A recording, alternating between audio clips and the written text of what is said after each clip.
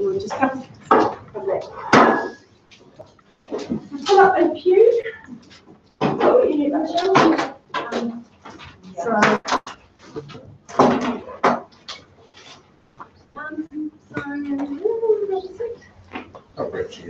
Yeah, very cheap. We've got enough chairs at the moment. So we've gone from, I'll just say this is that we've gone for the MVP approach to organising this. So within 6 weeks, and with some very we decided we would just give it a go. So please take everything in that spirit. If there's anything that we need to do by way of grabbing chairs or getting some milk or tea or coffee or whatever, then we will do it. Rather than putting energy into getting sponsorships and getting fancy eats, it's sort of countdown and we'll see how we go. So I've got some M&Ms in my bag. You got some what? M&Ms. Okay. Well, I haven't got any chocolate yet, but that can be remedied tomorrow. So yeah, no more haere mai ki te Tāre Tawhenua. This is welcome to the Service Innovation Lab. My name is Rachel Prosser. I'm one of the team here at the lab, and I'm also a recovering lawyer. I was What's better with law? I was a lawyer for 11 years, and then I decided that I was ready to look at doing other things because I like being involved in more projects and not having to be the professional pessimist on the team, which was kind of where my role was heading. But yeah, I like the brain power that teaches you how to do law is so excellent for coding. It's basically, to me, it seems like there's a lot of similarity. And I've been working in government, back in government for actually 7 years since I moved up from Christchurch after the earthquake and came back to government. And love what I do, and love trying to help people with government collaborate in the lab. And so we make the space available for that reason. Robert has done the lion's share of all the organising. When I say it's MVP, that's definitely on my front. I've got the space and food.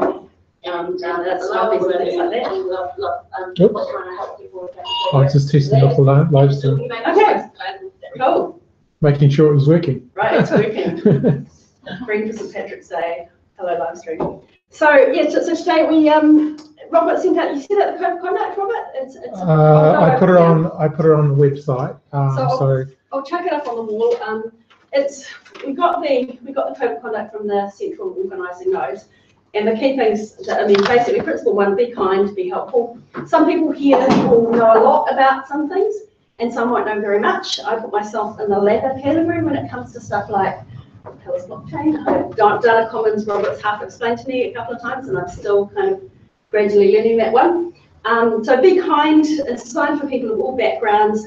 That means some people are sharing expertise, and some people are learning, and some people are both sharing some expertise and learning some others. Be respectful of and helpful to each other, and feel comfortable asking questions. Part of the condition of sort of hosting was that we needed to set up a live stream, so that's that. If you don't want to be pictured, or if you don't want to have photos, let me or Robert know. If you're uncomfortable in any way, let me or Robert know, and we will do our best to make sure that you are comfortable. And that goes for anything when it comes from. I don't know how much control we've got over the environment. If this room gets hot, we might get on out to the bigger space. It's the festival asks that all participants refrain from engaging in business-related activity, including but not limited to sales pitches, business promotion, and solicitation of clients. But yeah, so please don't try and sell Bitcoin or a house in timeshare or Amway or whatever you kind of, or your latest thing on trending, Etsy. So your presence indicates that you agree to kind of abide with that. If anyone's sort of, we've had a lot of the news lately, and I guess most of you have probably been involved in hackathons and things like that before, or you may have been involved in groups, so you know that we don't do harassment in this space, and that we want to provide a good experience for everyone, regardless of gender identity, expression, sexual orientation, disability, physical appearance, body size, race or religion. So, sexual language and imagery is not appropriate for the venue or presentations. I probably don't have to say that, but I'm going to say it, it's good to get it out there. So if you, and remembering that exclusionary jokes can be offensive to people and they're not appropriate. We don't want to make people uncomfortable, basically. And if anyone does engage in harassment, let Robert and I know, and if you do, then there's a door and we will help you do it. So I think, so the basic thing is be kind, be nice. That doesn't mean that you can't ask hard questions. I would encourage you, as someone who has sometimes been a someone who's a bit of a policy wonk and knows a lot about some things. I've had to learn that when I'm enthusiastic about something, someone might be tuning out and getting a bit bored. So watching for glazed over eyes is always a good thing, and give me a hint if I'm doing that. I'm doing it right now, that's good. We'll move on, but yeah. So generally, we just want to make you have a fun weekend, have a good weekend to learn, and that's about it from the code of conduct side. The agenda for tonight, so we've got welcome. We're going to do some introductions, which I probably should have gone on to first, but maybe we'll do that right now. So, from short to right or left? Just basically, just state your name and 3 words if you want to describe why you're here, what motivates you, what sort of things you might want to learn or anything else like that. So just go around the table. Okay. And we'll, as other stragglers come in, we'll sort of ask them to do exactly that, probably as they come in. Oh, hello, welcome. Come in. Yeah. Should the 3 of us start so that they can see what the format is? Yeah. Okay, Rochelle. Okay. I'm Rochelle Furno. My 3 words would be legal, music, tech. There you go. Legal, music, tech. So Rachel Prosser, enthusiasm, collaboration, empowerment. Today. Robert O'Brien. 3 words, Robert. Yeah, I haven't thought about this. Let's see.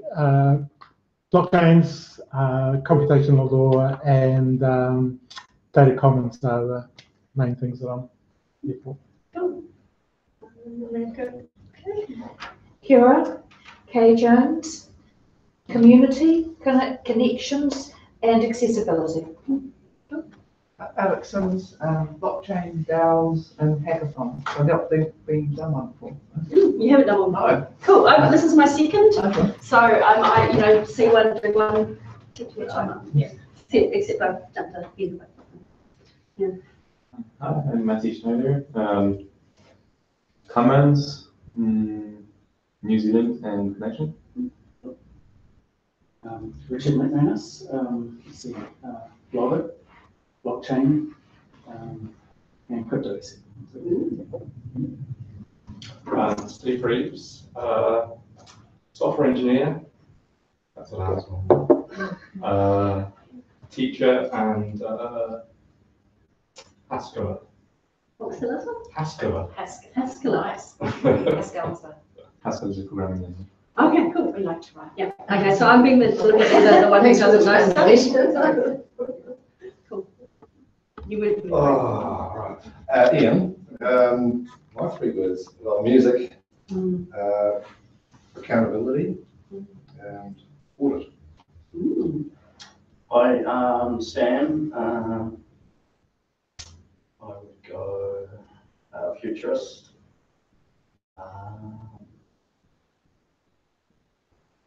Accountant. And intrigued, I guess. Wendy, please, smart contracts is 1 word. So smart contracts, learning, and law. Yes. Yeah. My name's Matthew, and I'm probably entrepreneurial, project manager, quality. I'm Leighton. I'm going to go with that software engineering 1 word thing, but I'm a student, so I'm studying it.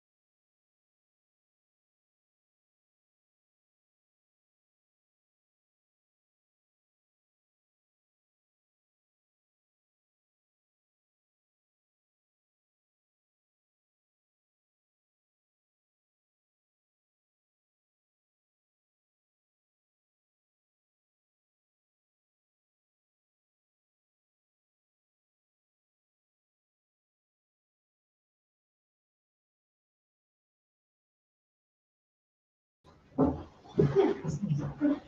the agenda for today, welcome Pierre, welcome. I'm youngest participant. Yeah. Pierre, you are. Yeah, we're doing 3 weeks to describe us, or to sort of our interests, and 2 words about us. So we're back to, okay, hi. Yeah. Hacker, obviously. Open. Government. Ooh, there we go. And So just 3 words. Your name first. Name first.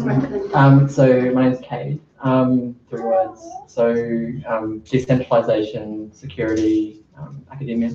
Well, welcome everyone. So what we're going to be doing this evening, we're going to start with Rochelle talking about, well, what is blockchain? What is this thing called blockchain? And then Robert's going to do a session on computational law, getting a little bit of overview of what's happening tomorrow with the hackathon and the learning and discussion sessions, and then go and review the hacking challenge, crowdsource some learning and discussing topics, and that wasn't someone coming in the door. My phone's not the one for the door, so I might be disappearing. And then after, we look to finish up by 8 o'clock at the latest, and if people want to go for dinner and kind of fish out some challenges and have a chat about stuff, then we'll do that. But I think now over to Rochelle. So you ready? You good? Are people comfortable? I might stand because it's the crowd around the table. Yeah. Can I just first get an indication, raising your hands? I'm going to give 3 categories. The first category is you've heard of blockchain, that's why you're here, but you don't really know what it is or how it works or anything. The second category is you're fairly into it, you kind of know what blockchain is, but you're not really an expert. And the third category is you are the world expert in blockchain, you should probably be giving this talk instead of me. So first category, you don't really know you've heard of it, you don't really know much about it or how it works.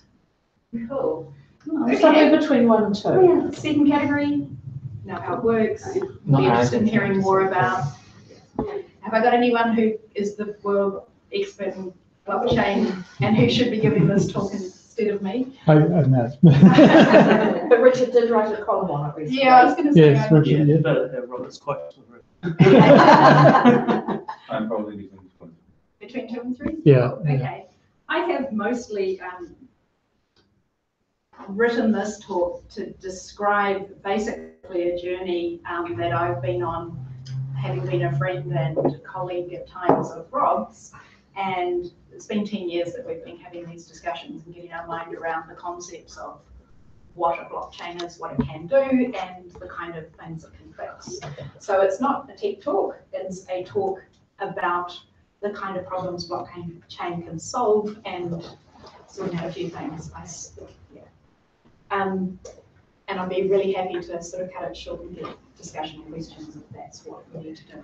What I, just before we kick off, what I thought was if you wanted to run through and explain, and then we'll just make this really quite interactive.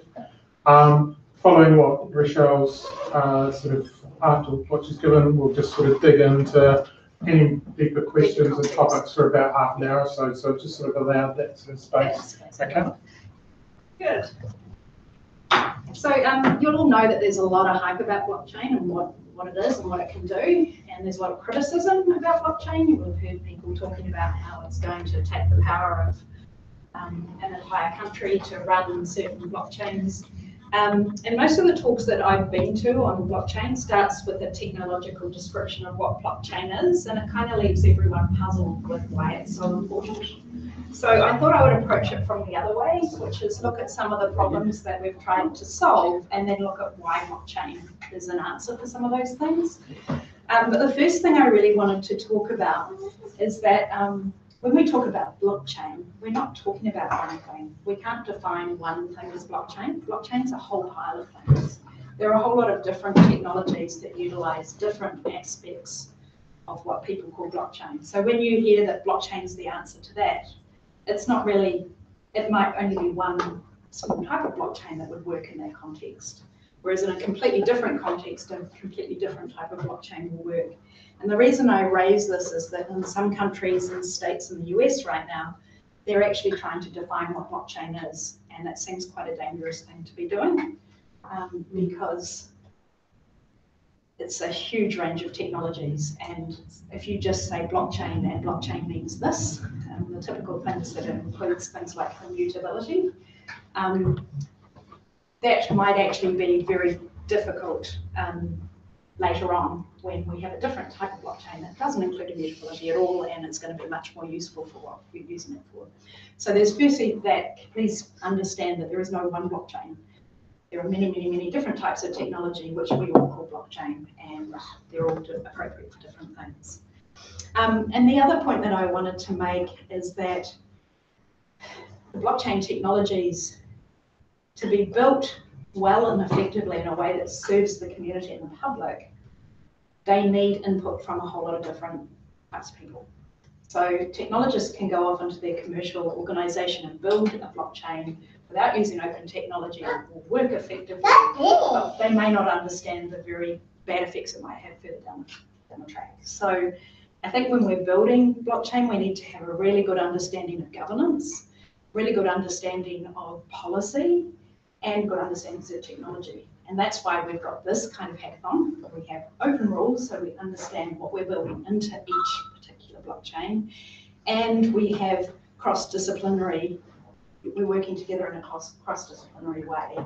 Because if you don't understand policy and you go away with your technology expertise and build a blockchain that doesn't actually take care of needs, it might become the preeminent technology and actually completely ruin things further down the track. So I'm really pleased to see so many people coming together in a cross-disciplinary type organisation. The other thing is that as lawyers, for those of us who are on the law side of things, we have really good understanding of governance and how entities are managed and the kind of things that go wrong in an entity and the kind of ways that we can prepare for that. And I think that's a really, really helpful viewpoint to have when you're building a blockchain technology as well. So just wanted to start with those aspects. And now that I've said that, I keep getting to my box so much. No match, what? Sorry, it's not letting me in. Okay. There's an irony in that. Yeah, there is, I know. Yeah. Okay, so having said that there's no one type of blockchain, I'll now go and describe to you what a blockchain is. So I'm just going to give you the basic description of what generally is involved. And I'm sure that most of you here probably know what this is, but okay, we can discuss aspects of it if you want to. So in a typical blockchain, you're going to have a series of transactions or records between a few or more entities that have been recorded cryptographically, and that's the blockchain. It is complete, a time-stamped audit trail of every transaction that is accepted on a given network. In some blockchains, they're distributed amongst the network's nodes in a way that we can be sure that they have the same version of ordering of transactions across all those different nodes. It's not to say that people can't amend something that's represented on the blockchain, you can, but everyone else who has visibility can access and see what was amended, when, by who. So you have a record of what was changed. That's a correct enough description, I think, of like a basic description of a blockchain. But it probably does really little to help you understand all the different applications and why those things are so important.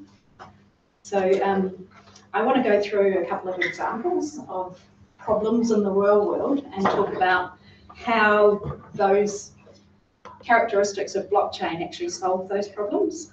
And the first example I wanted to talk about is money, because that's the first thing you learn about when you do blockchain, right? It's something like Bitcoin or other coins that are out there. I think that understanding of money is generally very poor in our whole community.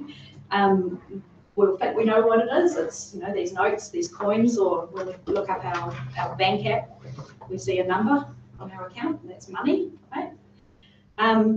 The fact that we're increasingly understanding money to be a number on a ledger, I think helps us to understand that money and money transactions are information. So ultimately money is information. So the information that money is that it represents is that it says this person or this entity is entitled or has the right to transfer that money in exchange for something else, a good or a service. Let's say it's a good, because that's easier to understand. So when the person giving that thing to you gets the price payable from you, they hand the thing over, and it goes from person B's possession over to person A. The money goes from person A over to person B. And I think it helps to understand what needs to happen before any money transaction can work. We need to identify. So we need to know that the parties to the transaction are valid. We don't have to identify in the sense of knowing that that's Leighton. Got your name right? Yeah. Really good fun anyway. That's Leighton. We don't need to have your, your passport or anything necessarily, although in some blockchains they'll be totally appropriate. But we do need to identify that it's the correct transferee. Otherwise, just imagine if you're on TradeMe, you're selling an item, money arrives in your account and you pass the item to Leighton. Then along comes person B who says, I paid that money, where's my thing? You've given the item to the wrong person, you didn't have identifiability of where that money was coming from. So we also need immutability. So we need to know that the transaction can't be changed. We're paying in cash, if someone gives us a $20 bill, we're not going to be too happy when it just disappears into nothing 10 minutes after you're paid with it. Same with a transaction in your account, you need to know it's not going to be reversed. So you want to be certain about that.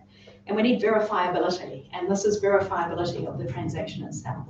We need to be able to show and conclude that person A has indeed paid this sum, transferred this sum to person B. So blockchain can be coded in such a way to achieve all of these things. The identification side will be a wallet address, as an example. And that might be bound in some way to legal identity. So there might be a company number, or there might be a fully vetted and assured real me type identity, or there might not be. And when it's not, sometimes people talk about a blockchain being anonymous. It's not really right. The best you can say it's pseudonymous, but once you identify who that wallet number actually belongs to, you're going to be able to see all their transactions. You're going to have visibility of the lot. So in a way, it's possible to expose more by using a blockchain, depending on how it's done. But certainly in Bitcoin, that's if you're able to identify a wallet node to a particular person, you'll see all the transactions they've done. They may or may not like that. Something to keep in mind. The immutability is hugely controversial. It's something of a misnomer.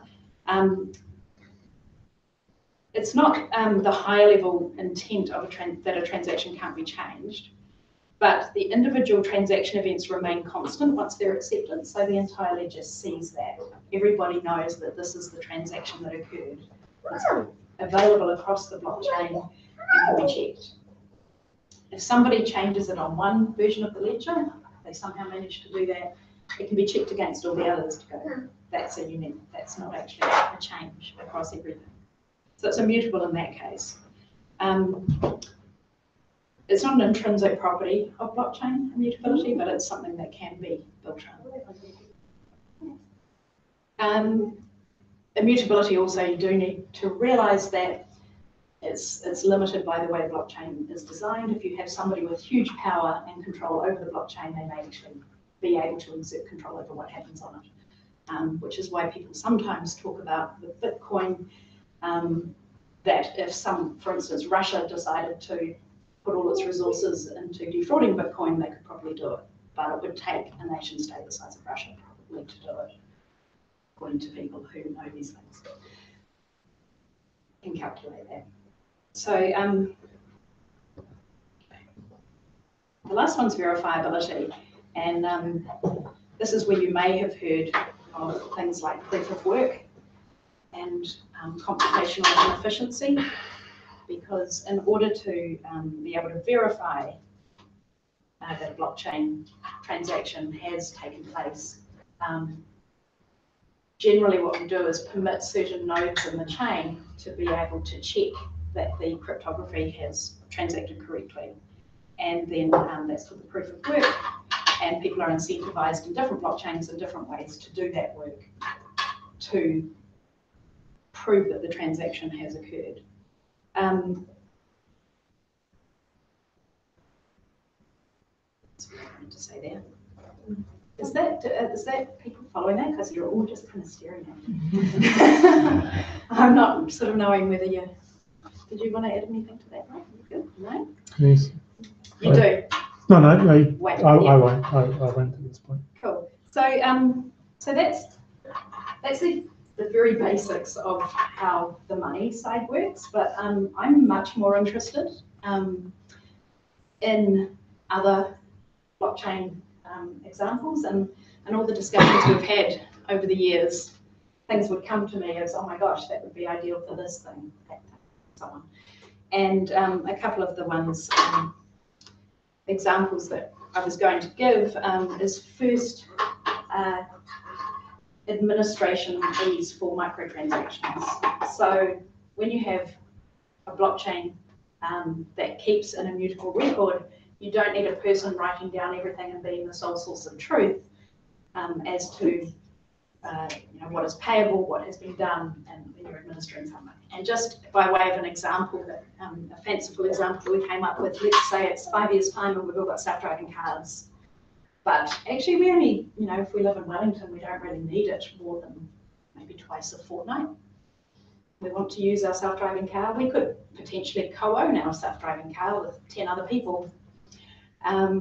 But what a hassle and cost to administer that if you had to have a person administering the cost involved, making sure it had petrol, making sure it was insured. But there are all things that you could automate onto a blockchain transaction, onto blockchain technology, set it up, have it automatically so that when certain parameters were met, money came out of your account to put the petrol in the car, you were able to book at the times that you had agreed beforehand to book. So you could set that all up. And the advantage of it is that you're not having to administer it manually. It's very scalable. It's automatic transactions. So micro ownership of goods, if you've been involved in the startup community at all, you'll know that every single time there's a startup weekend, somebody pitches that as an idea. Everyone wants this to happen. I have skis, I only use them twice a year. I should be able to co-own them with other people or share them with other people. It's just too administratively difficult to do. But micro ownership of small, or even not so small items can be really easily administered through something like the blockchain. The other one that I'll talk about, I had it on my list of potential things to talk about, is health records. I've got some people interested in health here, and I'm at ACC, so I know that we have some interest there in looking at whether it's a viable alternative for health records. The thing with blockchain is that you can set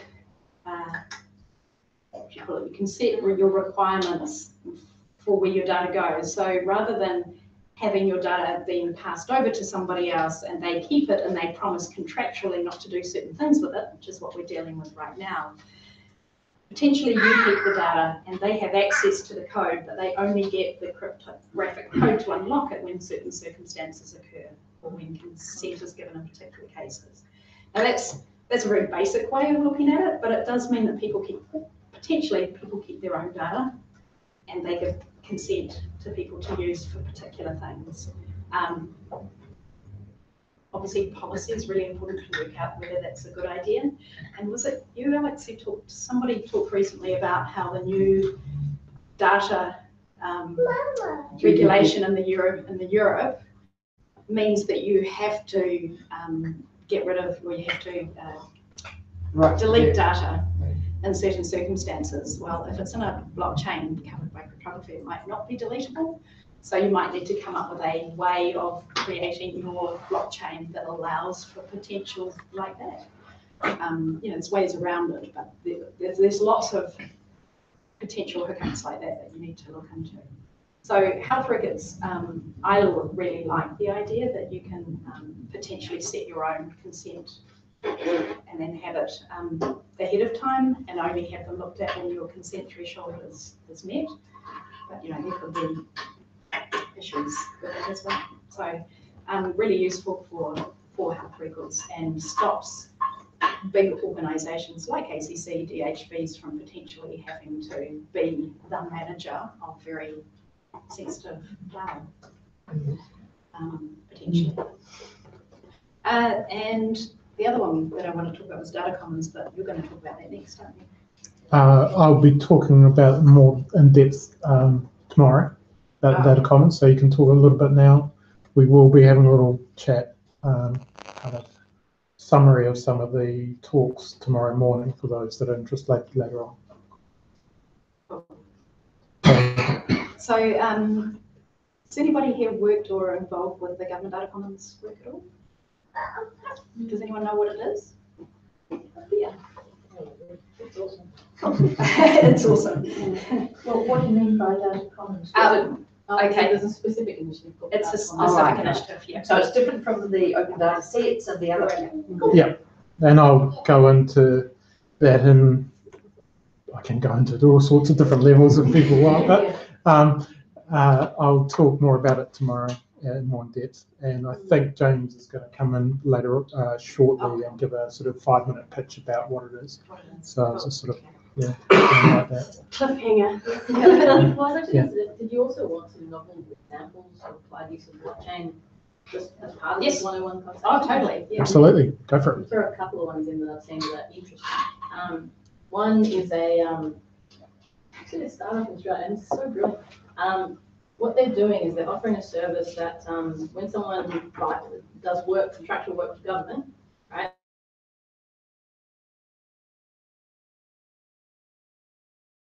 Onto the startup blockchain, and then the company, so the company pays the contractor straight away.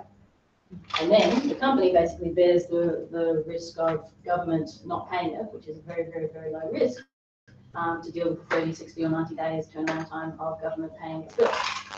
It means that companies then don't have to have that risk of not getting paid for 60 days, which is for a small company a very, very big deal. But that company effectively, as it builds up capital, can then trade on the difference, which is kind of interesting as well. But so blockchain in that particular instance is just a simple way of having a trusted ledger that everyone trusts and don't go too far. I've seen it used for diamonds and real estate and other things that they want to maintain the historical value of things, of real things. Oh, you're amazing. I've seen it used, there's a bunch of people thinking about its use for identity. I think that's a little bit dangerous because a lot of countries that are thinking about it for identity are starting from how do we deal with refugees? And obviously that gets a bit tricky. I'm very, very cautious and uncomfortable about that because the idea that technology will solve that problem, and particularly when you're dealing with people who, if their identity are known and their families are persecuted back home, is problematic. But I have seen people try to use it there. I guess the one I'm most excited about is the use of, that we were experimenting with in Australia, is the use of blockchain for automated compliance and auditing in the banking sector. The idea of making the compliance rules of a bank with government programmatic code, right, which is where the programmatic legislation stuff comes in that we're interested in, and then a bank being able to query the rules in real time and then automatically, immediately say, well, this transaction invokes a reporting requirement and therefore the reporting requirement will be made automatically. But then the fact it was made, the fact that the compliance obligation was fulfilled is itself recorded as a transaction. Because then blockchain becomes the audit trail for assurance of auditing, which is actually I think quite a novel use. I've also seen international bank symposiums get together and say they're doing a blockchain-like solution, which is actually just shared ledgers and then just trying to shift and reduce the cost of irregularities between their systems. But actually that's just sharing ledgers and that's nothing to do with blockchain. But they're riding the hype and getting investment, so that's fine. Yes, there's a few case studies. I'd love to hear other people's examples and case studies. Yeah, so so if I understood well, and I just want to draw people's attention on one thing, and please correct me if I didn't get it right, but this idea of using the blockchain to be able to get capital that you're not actually getting from government. So my trust to Google Translate, that's called factoring also. Yes. Yeah, okay. So I think what I want to draw people's attention on is here the blockchain is only an enabler of a cheaper way to do factoring. It's nothing new that's been bought by this new technology. It's just that usually you have to pay like 10 or 15% of that debt amount to some other company that would just, so that's a very expensive way to get capital. You pay 10 or 15% of that debt to the company that's bringing in the capital for you in advance of just 1 month. And the blockchain is very just, high, yeah. very high percentage rates. Exactly. So just keep in mind that most of the use cases that we hear about, they are actually just ways of removing some middlemen, and that it does have a cost, a complexity cost, and a maintenance cost, and that you always have to assess just how costly it is to run with the current infrastructure, which is just trust-based between companies and humans and laws, versus delegating that trust-making to computers. Yep, there's certainly efficiencies that can be gained that make things that were unaffordable affordable, or cut out a whole layer potentially of finance. One other thing that I might raise, given the knowledge in the room, one thing I always found very interesting is the concept that imagine if all our transactions were done in some kind of blockchain ledger. We take financial reporting from being something that happens a year and a bit after the transaction to almost real-time financial reporting, and that's a huge change potentially. And there are some people working on physics-type analysis of transactions.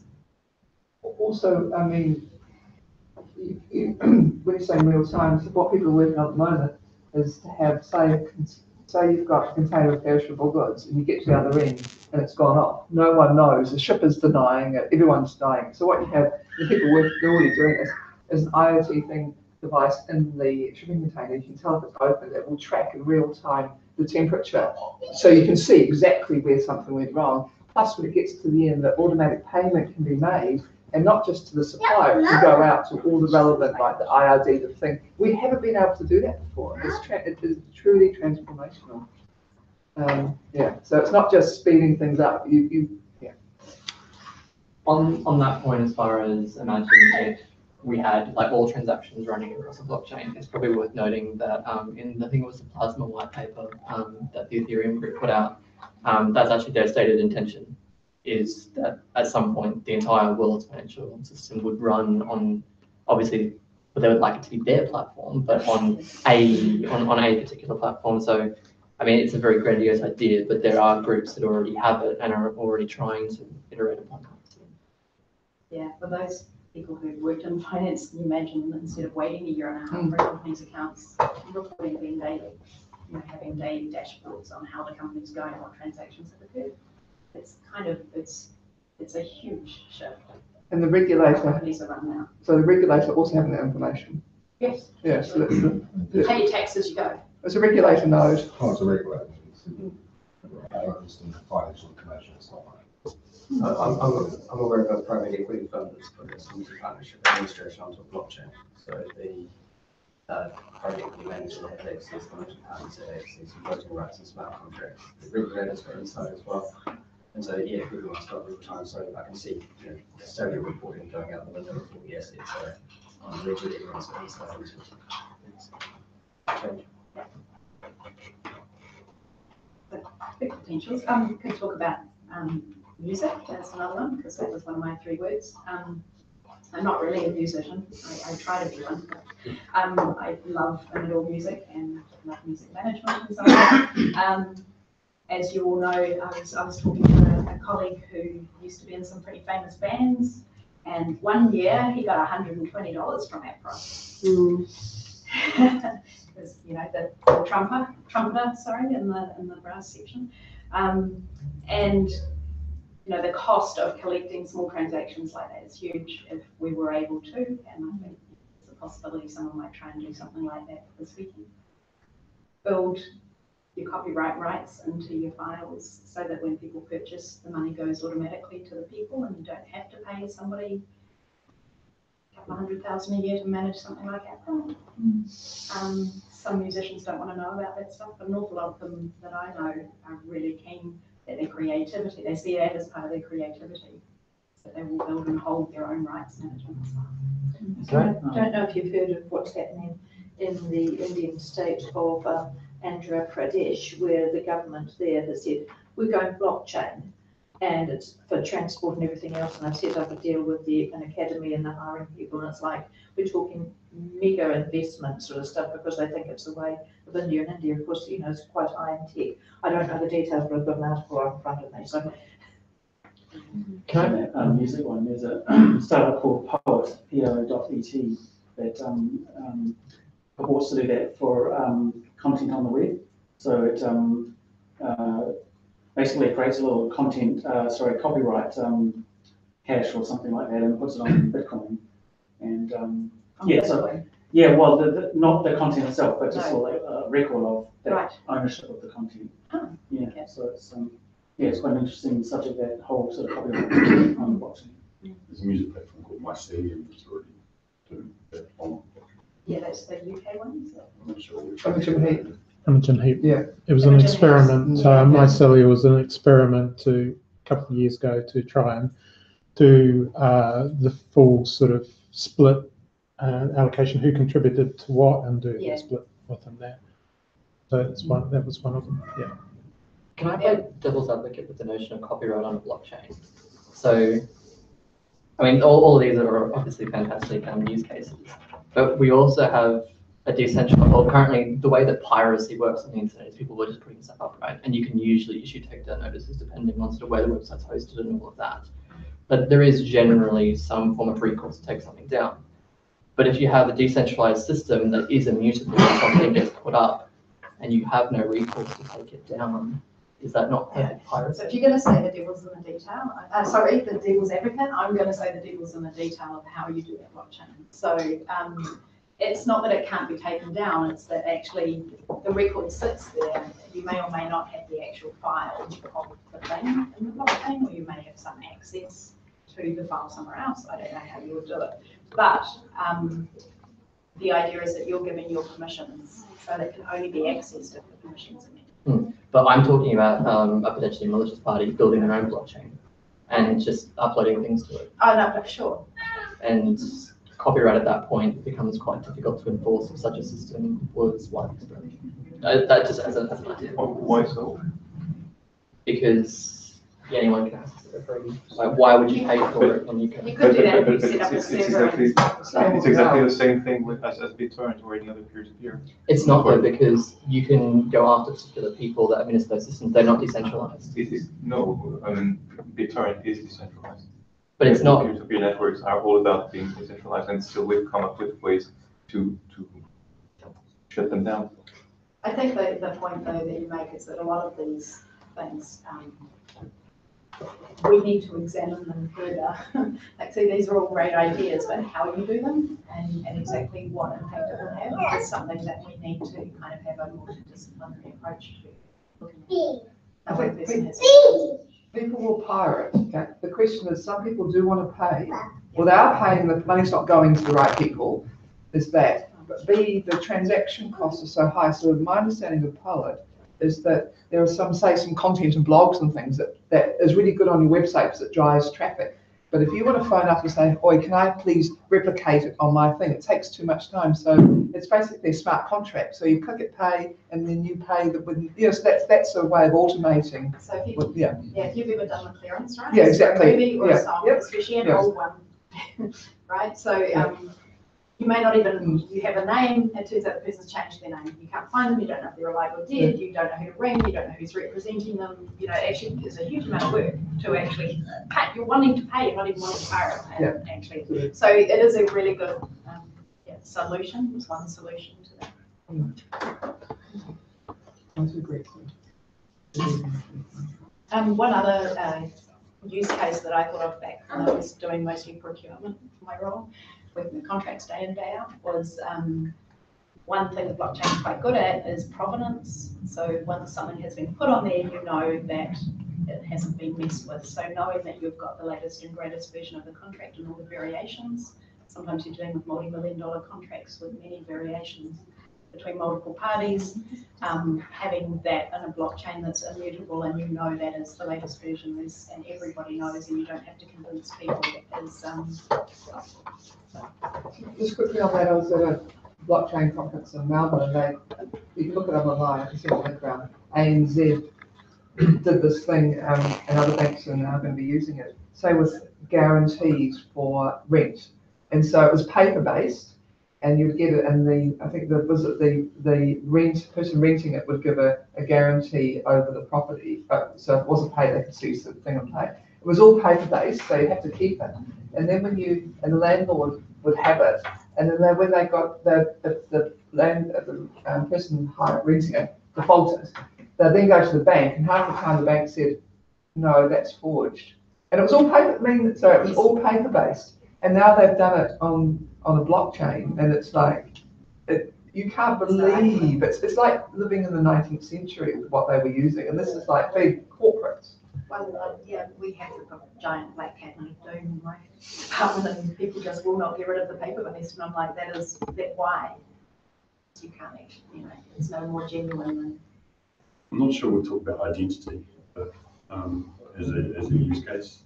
Sure, I think Robert might have a few thoughts on that. But I just, like the real me, having identity where you can share the information, only the information you need to share with the party at a given time, but your information is your own sovereignty.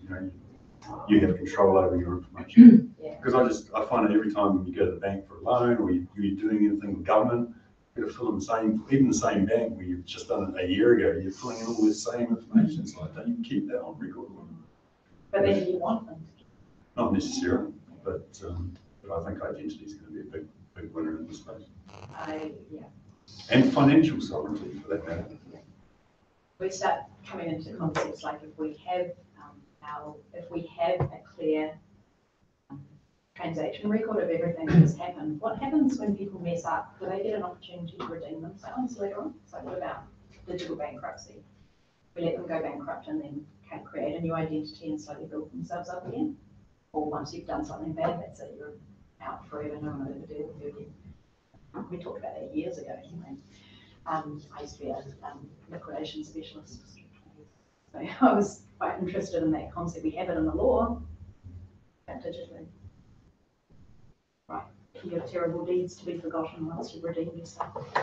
So I wrote a white paper for the French government 1.5 years ago about how we could use blockchain for identity management. And then here again, I think we have to be very, very clear about what it is that we expect blockchain to really do. If it's just about storing the identity of people in a blockchain, I think that's a terrible idea. So really the question is, what is it that we need distributed trust for? And there are many different ways, many different blockchains or blockchain uses. So one way is to use it as a distributed data set, a database. Is this something that we want for identity? What does it mean that I can have a copy of the names, even encrypted names of all people in the country? Does this bring any value to anyone? I don't think so. There's actually a major risk with that associated, because right now the crypto that we have is perfect. It's probably going to stay for 10 years, but you don't know 30 years from now that crypto is still going to be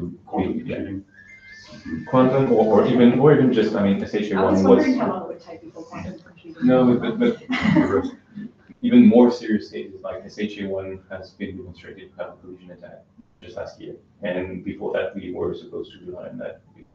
So, all these systems, they are not designed for the life of a human. They are designed for less than that. So I don't think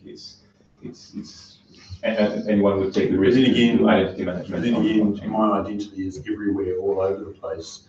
And how many forms and databases and systems have I put my name and address and date of birth and da-da-da. So would I really care?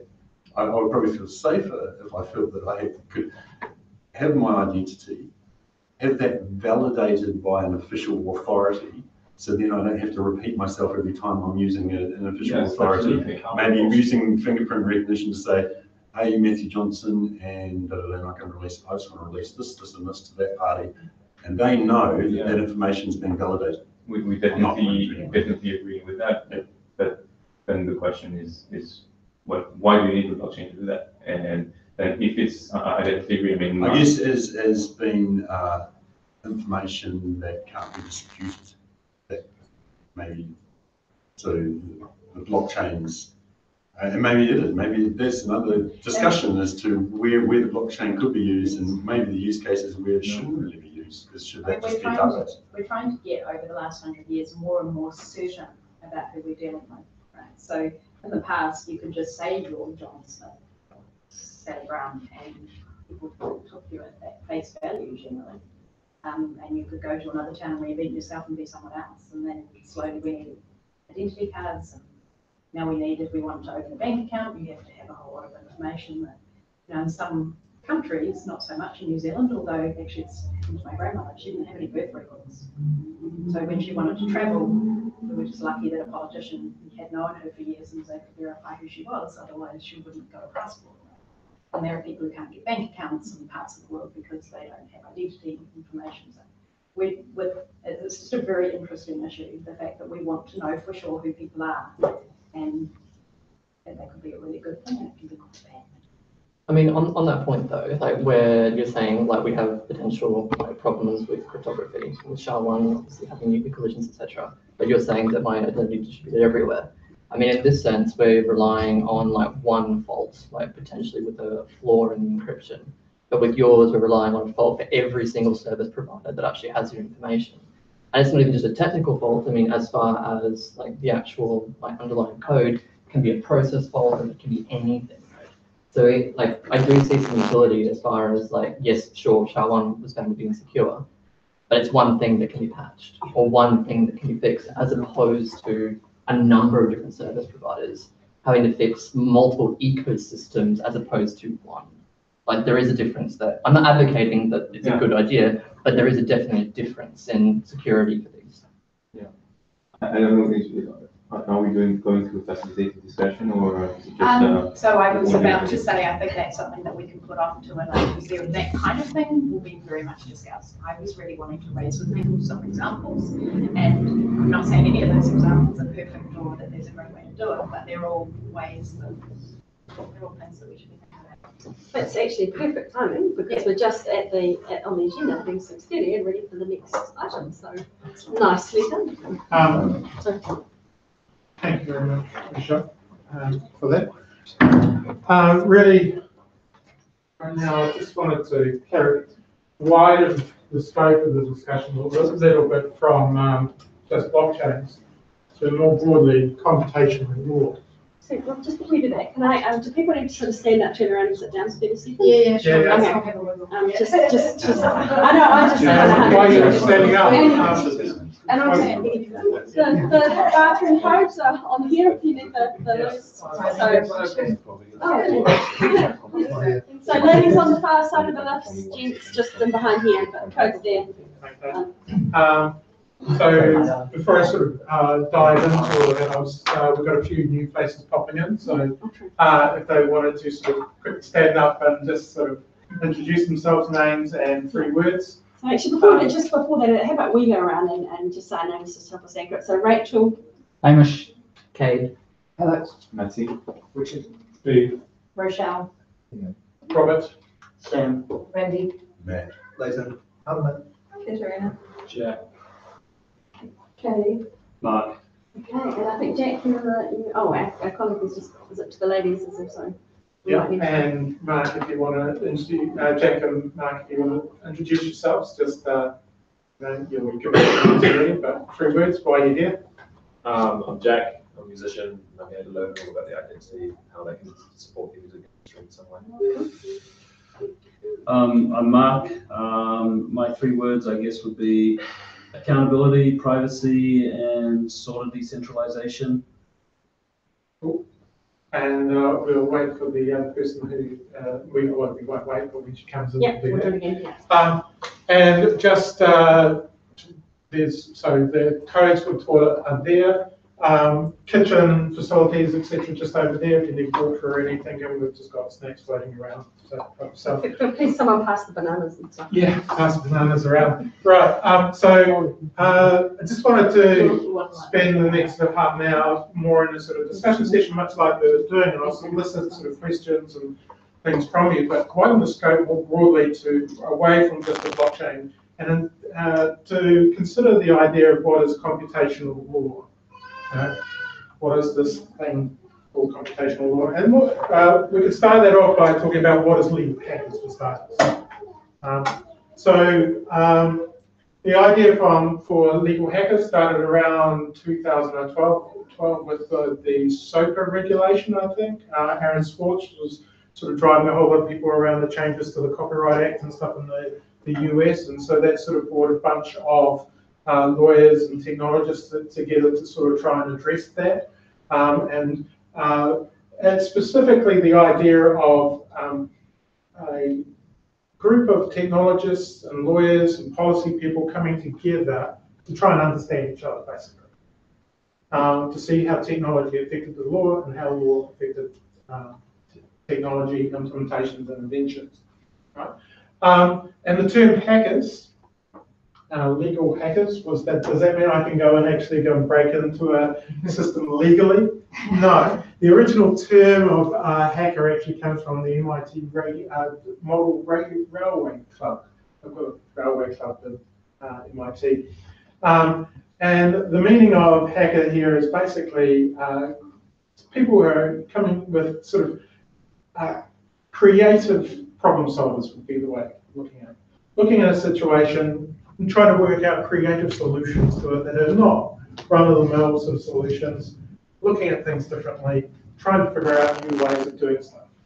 And so that's very much where the notion of hackers comes from. It's the whole idea of hackathons, etc., is you bring different people together, right, to actually try and work and solve problems, to try and understand where we're coming from. And so legal hackers itself started as around 2012 and now is sort of a wider group or a movement, if you like, around the globe. Right? And I've sort of known about legal hackers for a little while, and then I sort of decided, well, this is really quite important to the work that I'm doing within the data commons, and I'd really like to sort of engage a wider community of lawyers, policy people, accountants. I am just fantastic at accountants, economists and everything else, because really technology is very much impinging on society. Right? But it's largely been doing that in some respects devoid of the notion of society in many respects. And we're sort of seeing that today with all the sort of discussions going on about algorithmic accountability, ethics of code, the idea of fake news, the role that Twitter and Facebook, etc., the social media is having on increasing or amplifying echo chambers, amplifying ideologies, the idea of filtering, recommendation engines, or the various other technologies that are trying to engage you because they want you to click through, because they're trying to sell ads. So most of the technology that we use on a daily basis is really somewhat there to drive ad revenue, more or less, which means that our eyeballs and our minds, in some respects, are the product that is being sold. And it's having quite an impact, as we're all aware, on democratic societies. Got a lot of questions going on at the moment, what's actually happening there. And I think that's been the last couple of years, it's been a big wake-up call in that area. But we've also got the ideas that these devices themselves are starting to embed themselves in the everyday. They're becoming mundane and disappearing. The best example of the recent lot of smart speakers that are coming through that you may have seen. So what's the Apple Home speaker, the Google Smart speaker, Alexa, Amazon Alexa. Good examples of these things. These are more than surveillance devices that you put in your home, because they're always constantly listening. But they are so natural to use. What are the implications of using these things that are sitting there? Who's getting access to it? How do we know that they're secure? So, but But then there's also the idea of computational law, where kind of originally, the term originally came from, which was really around applying computational tools, in particular analytical tools, to the law. So being able to, for example, read the law, interpret it, natural language, read contracts, analyze contracts, look at all the case history, etc., to help you do discovery, for example, in a court case. And we're seeing the tools of those radically improve, particularly with all the machine learning, natural language processing, etc., have managed to be, are starting to give quite significant results. But the idea of using computational tools to help some aspect of the law or executing processes that are a result of that have been around for a long time. So I worked, for example, in 1993 on codification of the entire ACC Act to do all claims processing. And that was all done in Prolog at the time. And it would process all the claims. So this idea of applying computational tools, well, at the time they were called expert systems, today we call them rules engines. And rules engines are used pretty much everywhere, from your loyalty card programs, they'll use sort of what offers you can get, etc., to any sort of automated claims processing. Insurance companies will use rules engines in some form or another. So that's another aspect of what computational law is, execution of rules. We're seeing predictive engines now starting to go into the execution of the law, in the sense of predictive policing, sentencing systems. So they're particularly good examples. There is a number of courts in the US, criminal courts in the US, use a sentencing engine which is owned, developed by a proprietary company. It's totally proprietary. No one can see into it per se. So we're assuming that there is no bias in the sentencing decisions. But we wouldn't know. And that sort of technology of helping with doing sentencing is going to become more widely used. But what are the implications of doing it? How should those sort of things be put into place? Predictive policing is quite good examples of that. You know, based on crime statistics, or even if you're starting to do, I was having a discussion today that was looking at the network size of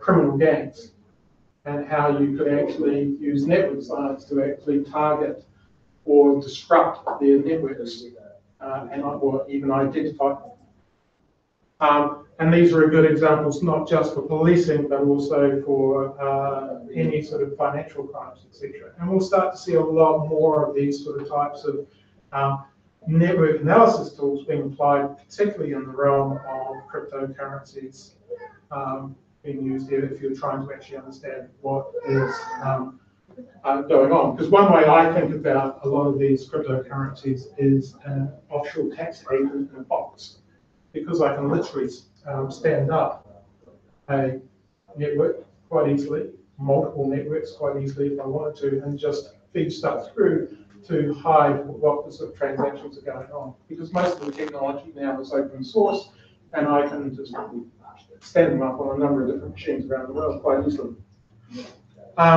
So that's one way I think of them, is that idea of a tax haven in a box. The network analytics can be applied to that sort of predictive behavior. And so what we're going to be seeing is a lot more of sort of analytics tools, rules-based sort of engines. We've got issues around immutable records of what's actually going on, and how the technology embeds itself into everyday. So one of the good examples of the everyday is the self-driving car or cars, and what's known as the trolley problem, which is basically how do we make a decision if the car is driving along and it's got a choice to make, run over the kid or and kill the passengers, or save the passengers, or veer off the cliff to save the kid but kill the passengers. That's known as the trolley problem. How do you make a decision around that sort of area? Liabilities of these cars, for example, is because so much of them now are basically little data centers in a box, on four wheels. They are computers on four wheels. And that's particularly true of some of the big tractors, the John Deere tractors, the literally data centers on 4 wheels, quite big ones. But they won't let you use the data. You can be the farmer having it. That's You right. can't use that data. So in this sense here, from the New Zealand context, is that here if those traders are collecting a huge amount of information from their sensory inputs as they go through the paddocks, etc. That information is being exported across into their data centers in the States. So things like locality of information, who gets access to it and how. There's even sort of like a farmer hacker movement within the sort of John Deere space, which is basically those that are actually hacking the firmware, etc. Can I just jump in there? Yeah. And this is the danger of putting all IP on the blockchain, because what John Deere are doing is if you're a farmer and you're harvesting and it breaks down, and you have to wait for 2 days for a service representative to come and fix it, you can't. So what you do is you go in and hack it yourself, and then you get done for copyright infringement. And so, you know, there should be, so that's why I'm very scared about putting everything on protecting copyright fully, because it can't, because we would just cease to operate.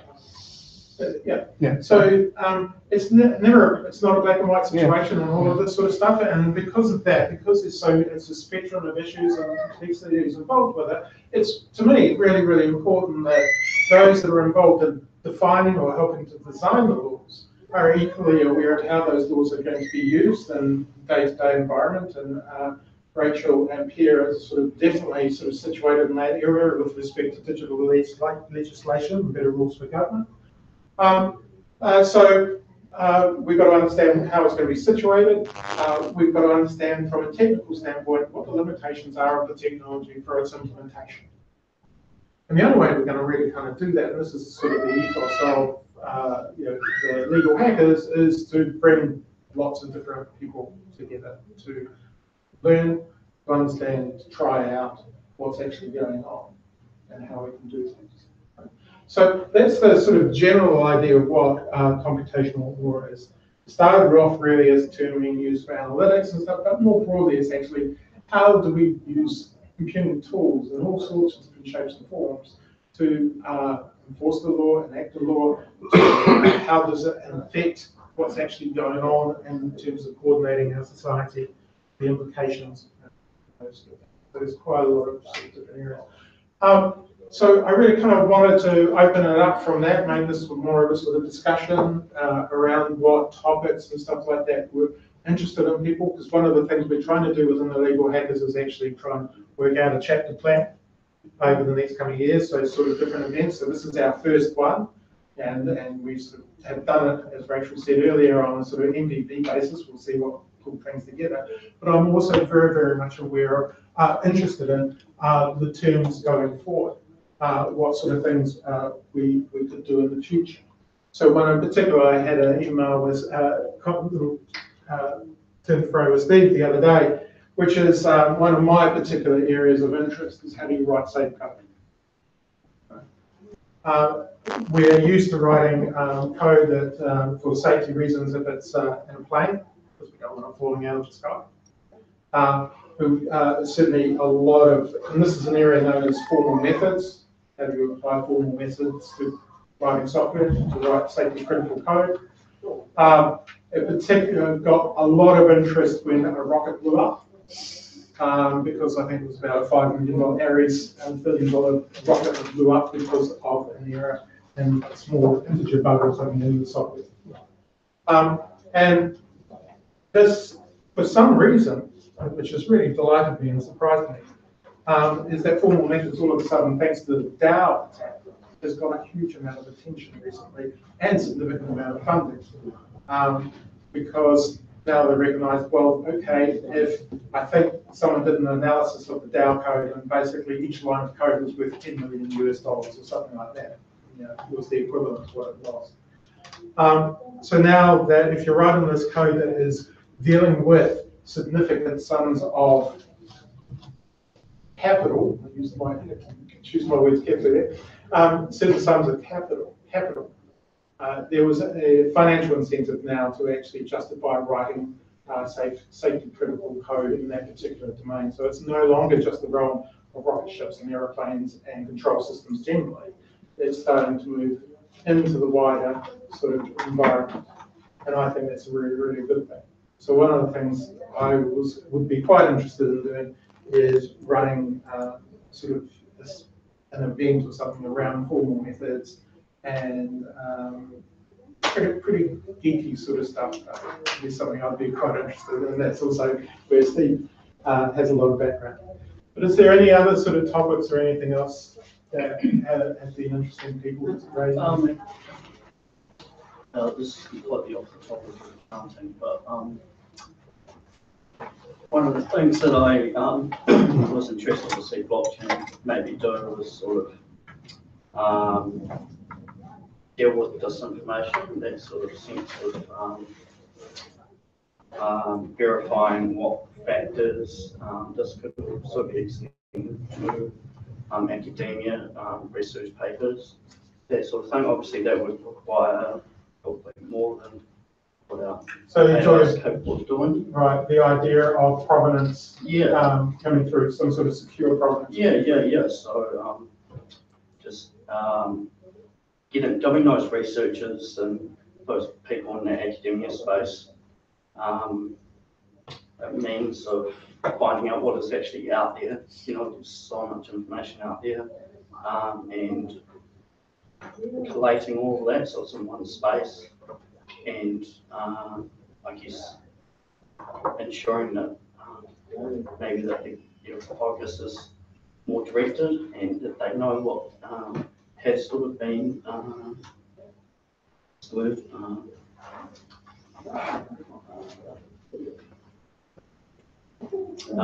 been researched, I guess. Yeah, so the veracity of information is probably quite a really, really important topic that's going to keep coming up over and over again. And I guess this is one really important thing to state. One of the biggest challenges in anything digital is somehow mapping that to atoms.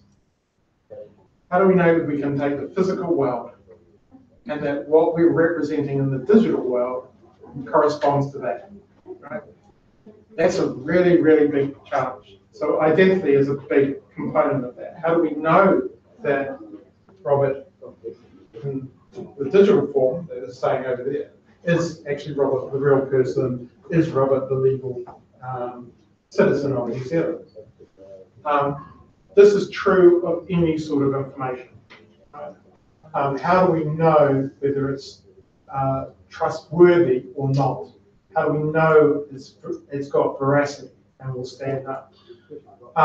Rochelle has sort of introduced that idea within the blockchain that some of the underlying technology can be used to support the idea of building provenance, of secure provenance, to build veracity.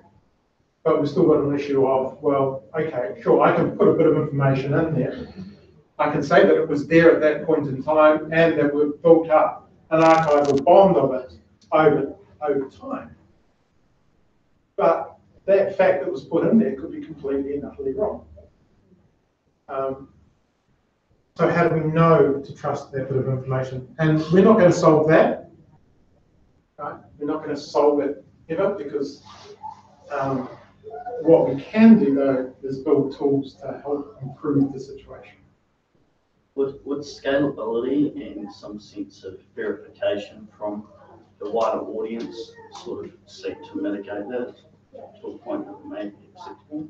Yeah. So from library science, there's this idea of archival bond, which is given a piece of a fact about a past event or any sort of artifact. How do we know what this artifact is? Right.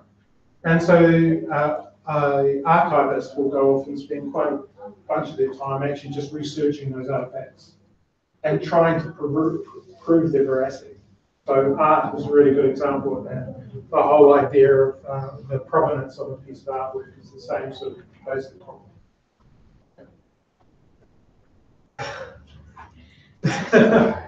Sorry, just a joke. Joke about librarians. So the idea of an archival bond is basically that a fact gets its trustworthiness or its veracity by its relationship to other facts. So in this case, well, who's making the claim, for example? And so is it Mary making the claim, but what position or role does she have to be able to make that claim? So is she and recognised expert, for example, in Maori tonga? I'll say the Bay of Plenty, for example. In which case, if that isn't true, then that information that she provides is going to have more veracity or trustworthiness than if I put it up there. And so that's really quite an important concept overall. And it's certainly some of the ideas of a blockchain or hash graph or any sort of coupling or use of cryptography to bind relationships together to build an archival bond. It's really, really important. Were you talking about secure code earlier? Yeah. Safe code. So I just want to sort of pin down exactly sort of what that encompasses and sort of what that sort of brings to the table as well as to be discussed. Because if you're looking at, like, say, C, for example, that's letting you touch memory that you shouldn't, and you can do things like buffer overflows and that kind of stuff. That's one form of an insecurity. But you're talking about as far as like the Aries rocket incident where it couldn't handle particular integers and wasn't like processing numbers correctly. That's just unintended behavior that wasn't encountered or wasn't sort of factored in. The code still did what it did, and it wasn't insecure in the sense that it could be hacked. It just did something that it wasn't intended. So, like, it's two different things. So we're talking more about as far as making sure the code does what I expect it to, rather than the fact that it's actually functionally. A lot of the formal methods work is really about trying to capture the requirements up front. So you can say, well, this is what we think are the requirements, what the code should do, and then we can compare it to what the code is actually doing. That's really kind of the intention there. Capture the requirements, the specification of the software system as best you can. Right? And you're not going to do it for everything. You're going to do it only in sort of safety critical areas. But you try and capture that specification in order to be able to verify that the code that you have implemented or the system you're doing has performed according to the specification. It's not going to cover every situation. I think that the number example is an example of the same thing, actually, because some very foundational level, somebody probably said, when you add two numbers together, it should behave in this way. And the person who implemented that on the rocket didn't follow that specification. Yeah. And that led to the problem. So it all comes down to, as far as you can, pinning down exactly what you want to happen. And then it's up to other people to prove, in the best case, that they've actually done what you've asked them to do. I mean, it sounds very simple, but so I think they turn out to be the same thing. But an important thing is something Robert talked about, which is there's always going to be a gap, because you've got the informal world, which is us, and you're trying to capture it completely formally, and you can never, ever close that gap. All that's happening is people are trying to develop better and better ways of making that gap smaller, but it's never going to be no gap. So there's always risk, and we deal with that in our Well, that's very secure. Can we capture that thought just for a second? I know we've got one more hour, but some people are going to have to go early. I know Wendy's one, I don't know if anyone else is. So we're going to be, tomorrow there is the hackathon, and so there's going to be a chance to pitch for topics and things that you want to pull a team together for. And I know Wendy's got something that she'd like to push, and you can flesh it out in the morning, but Sure. just before you go, I just want to make sure you've got a chance to say to that. So, Yeah. Look, I don't know if it's something that people are interested in. I've been, at my law firm, I've been looking into digital estate planning quite a bit, and basically the issues so that, when you die, your cryptocurrencies, for instance, don't also go with you. So the main problem, of course, is if you you want, what do you do with your private keys, and do you leave them with your lawyer? How do people keep complete control over their private keys while they're alive, or their passwords, that sort of thing, but that then transfer quite easily to their beneficiaries, once they've passed on. And so it's just a matter of kind of fleshing out different solutions, and if people are interested in this, I think it's quite, I know it's not a topic that a lot of people like to touch on, wills and that kind of picky, but how many times do we kind of think, well, what if, right? And it would be great to kind of have something there so that we could, because right now I think our what we rely on is to go a bit old school, and we store, there are written out words and our special keys and stuff, and we store them maybe on a piece of paper and we have them hidden somewhere, or maybe some people have a safe deposit box at the bank, or they might have a home safe or something like that. But if there was a way to create something like, for instance, maybe something so that those keys could be held securely, and they would only transfer upon death, that would be great. There's a one that does part of that, not that far, called MyTrove, mytrove.co.nz, that was started as part of an R9 accelerator with government. But that's sort of, it's fairly limited at the moment to basic information service providers and sort of some government sort of stuff. So what you're talking about is a lot more personal, but it may be worth looking at that sort of model just to see, So it's cool. So we will capture that when we get to that, and so that will be an option there. And regardless of what happens, I will link you up with the team at DIA who's working on the end of life package of everything that happens when you die. So we have a team working on that, and not on that particular aspect. I'm not sure actually, but I do know that I will link you up regardless. Okay, thank you.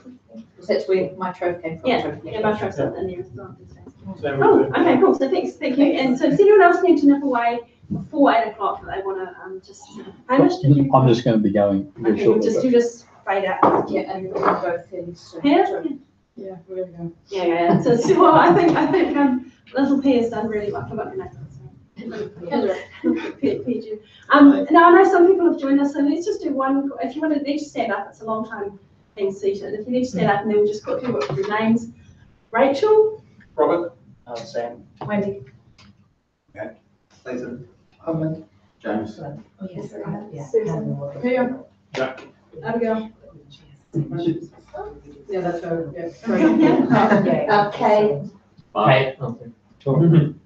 Kate. Hamish. Alex. Steve, Rochelle. Oh, yeah. And now I'm conscious that I plucked into the gap and Rochelle's about to say something, so do you want to, I want to remember that. I know you were about to come in on something. So. I was actually just going to say that process you're talking about with safe code is kind of what lawyers do with contracts. You try and anticipate every particular situation and everything, and you're right, you can never capture it all. So there will always be something else that happens that you didn't anticipate, even if you have the best resources, the best understanding. The difference is with code, at least we can do regression tests. Yes. So yeah. That's right. We just send it out there and hope it works. Yeah, right. Get sued when it doesn't. Yeah. You want that one too, do you? Yeah, so the idea of even, no, I won't talk about that just now, but what if is there anything else that people would like to raise within the context of computational law before we just flip over to? Were you going to talk about the aspect of sub-transaction contracts, so where we actual contracts themselves? Executable contracts, etc. Code is what, Rachel's going to talk about that shortly, briefly. That was sort of the next step. Break up on that. I can help. Is this? Okay. You might. But before we do that, anything else around that topic? Internet of Things. Internet of Things. Yeah. So you're quite interested in that sort of. The law like enforce manufacturers to implement like secure devices, or at least some to some extent. Yep. You have these devices that is in home and they are vulnerable. So our privacy is exposed to the internet because of this shield vulnerability basis. So how can the law help to improve the security of those devices, etc. Yeah, it's actually quite a, yeah. So the law and sort of Internet of Things would be quite an interesting sort of topic to take through. Cool. So we do have unconference sessions tomorrow where we can, pitch the topics and things like that. Yeah. So do we just quickly foreshadow tomorrow's sessions? Is it? Yeah. So James and Rachel are just going to give you a quick 5-minute pitch around a couple of the sessions tomorrow. You could do 5 minutes as well if you wanted to, Mark, for your burn session in the morning. Just to give an overview of what they are. So, James, do you want to fire away for 5 minutes on the? Yeah, sure. Introduce yourself first because everyone else knows each other. So. I'm James Mansell. I've been working with Robert for about 2 years now, Rob. Yeah. Robert and I and a bunch of other New Zealanders got together a couple of years ago with an audacious idea to try and get New Zealand's data free flowing, high trust and free flowing across institutions and boundaries and between government and business to business, business to government, citizen to business, NGO to government.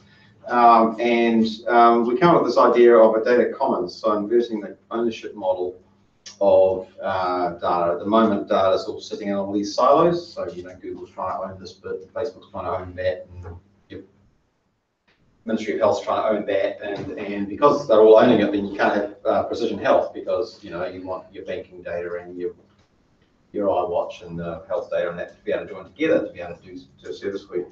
And the main problem we came up with was this trust problem. And so the Data Commons Working Group got together in 2016 and we came up with a blueprint. It's online, datacommons.org.nz, and came up with this idea that we need to build a multi-sided market for low-cost, high-trust, scalable data sharing agreements.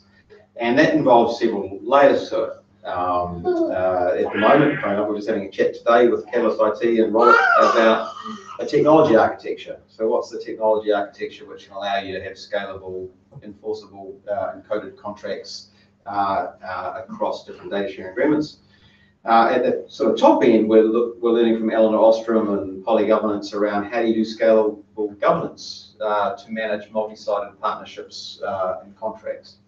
We're starting to form some of those. So in the biosphere, we've got Predator Free New Zealand, Bioheritage Science Challenge, Timber Foundation, Next Foundation, are all going to co-invest in doing a biosphere data commons. But there's a few layers in the middle too. There's a data layer, so how do you have standardized data? But the layer of interest here, I think, is how do you have multi-sided, legally enforceable contracts which are transparent and open and scale at an internet scale and allow you to be legally enforceably not trading your data, reusing data across commons. I think tomorrow we're planning at least one project to do a hackathon around those kinds of questions. Some ideas that are happening overseas, open identity exchange and trust frameworks. But we actually want to start to introduce this and actually start to apply it in New Zealand pretty soon. We'll be starting the Biosphere Data Commons in 2018 and moving on to precision health and precision agriculture in the next year or two as well. So it becomes quite important. You have all the technology in the world, actually allowing a legally enforceable contract is also required because not everyone follows the rules, right? Yeah, but don't delay too long with precision agriculture stuff because there's already the Precision Agriculture Society and they've been doing quite a lot of work and there's already precision health as well. So, yeah. Not to mention. The sort of in March there's AI presentations at Ag Day and Waikato. So, But they're all going to do silos, which is exactly. Yeah, exactly the same time as AI Day up in Auckland too. So, The point about this is we don't want to, like Lawa does all the regional land information data, and you've got Trap NZ doing all the trap data, and they all want to own the data, and Google wants to own stuff. The point is that we want to create an open market which allows interoperability across those. How do you do that at scale at low cost? And that's cool. So I'll be giving a more of well, if everyone wants me to, I can say. We've kind of got it scheduled in there for tomorrow morning. A more sort of in-depth look at the data commons itself. I'll be focusing mostly just on the what we're trying to achieve in terms of the issues, etc. that come through. But of course, I can also go into the technical architecture as well. And the blueprint's online if you want to look at the broad principles that that group of people come up with. So if that interests the group, we can do that tomorrow. But and the other Learn session tomorrow, I'm going to be talking about digital legislation. Sort of picks up on an interest area that I've had for a year or so. And I went off to the UK and Stanford and San Francisco and just found out a bit more what other countries are doing, so I'll share some of that.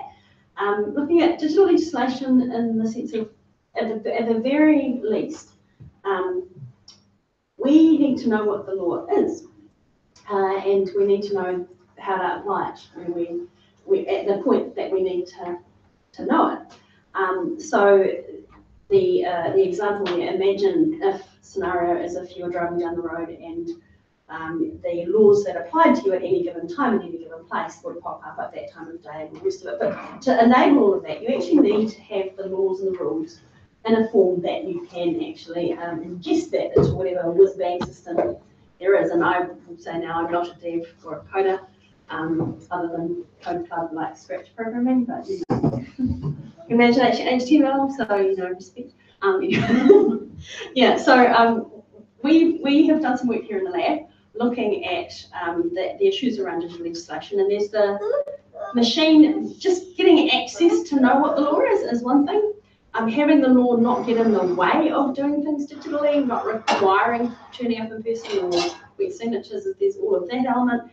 And then there's that machine readable, so we can actually get, here's the rule, here's what it is, but also machine understandable. So we have, any employer can go Google and find out what the holidays actually said, but how that applies to the person who's in front of them and they have to know what their leave is a different kettle of fish. And so the rules, the business rules, that get ingested and coded into a system are a different thing from the legislation. And so we've looked at the journey from policy to legislation and the translation of legislation into rules and thought, well, what if you could make those business rules legally available and authoritative so that could just be ingested? And there's huge productivity gains we could have as an economy if we did that.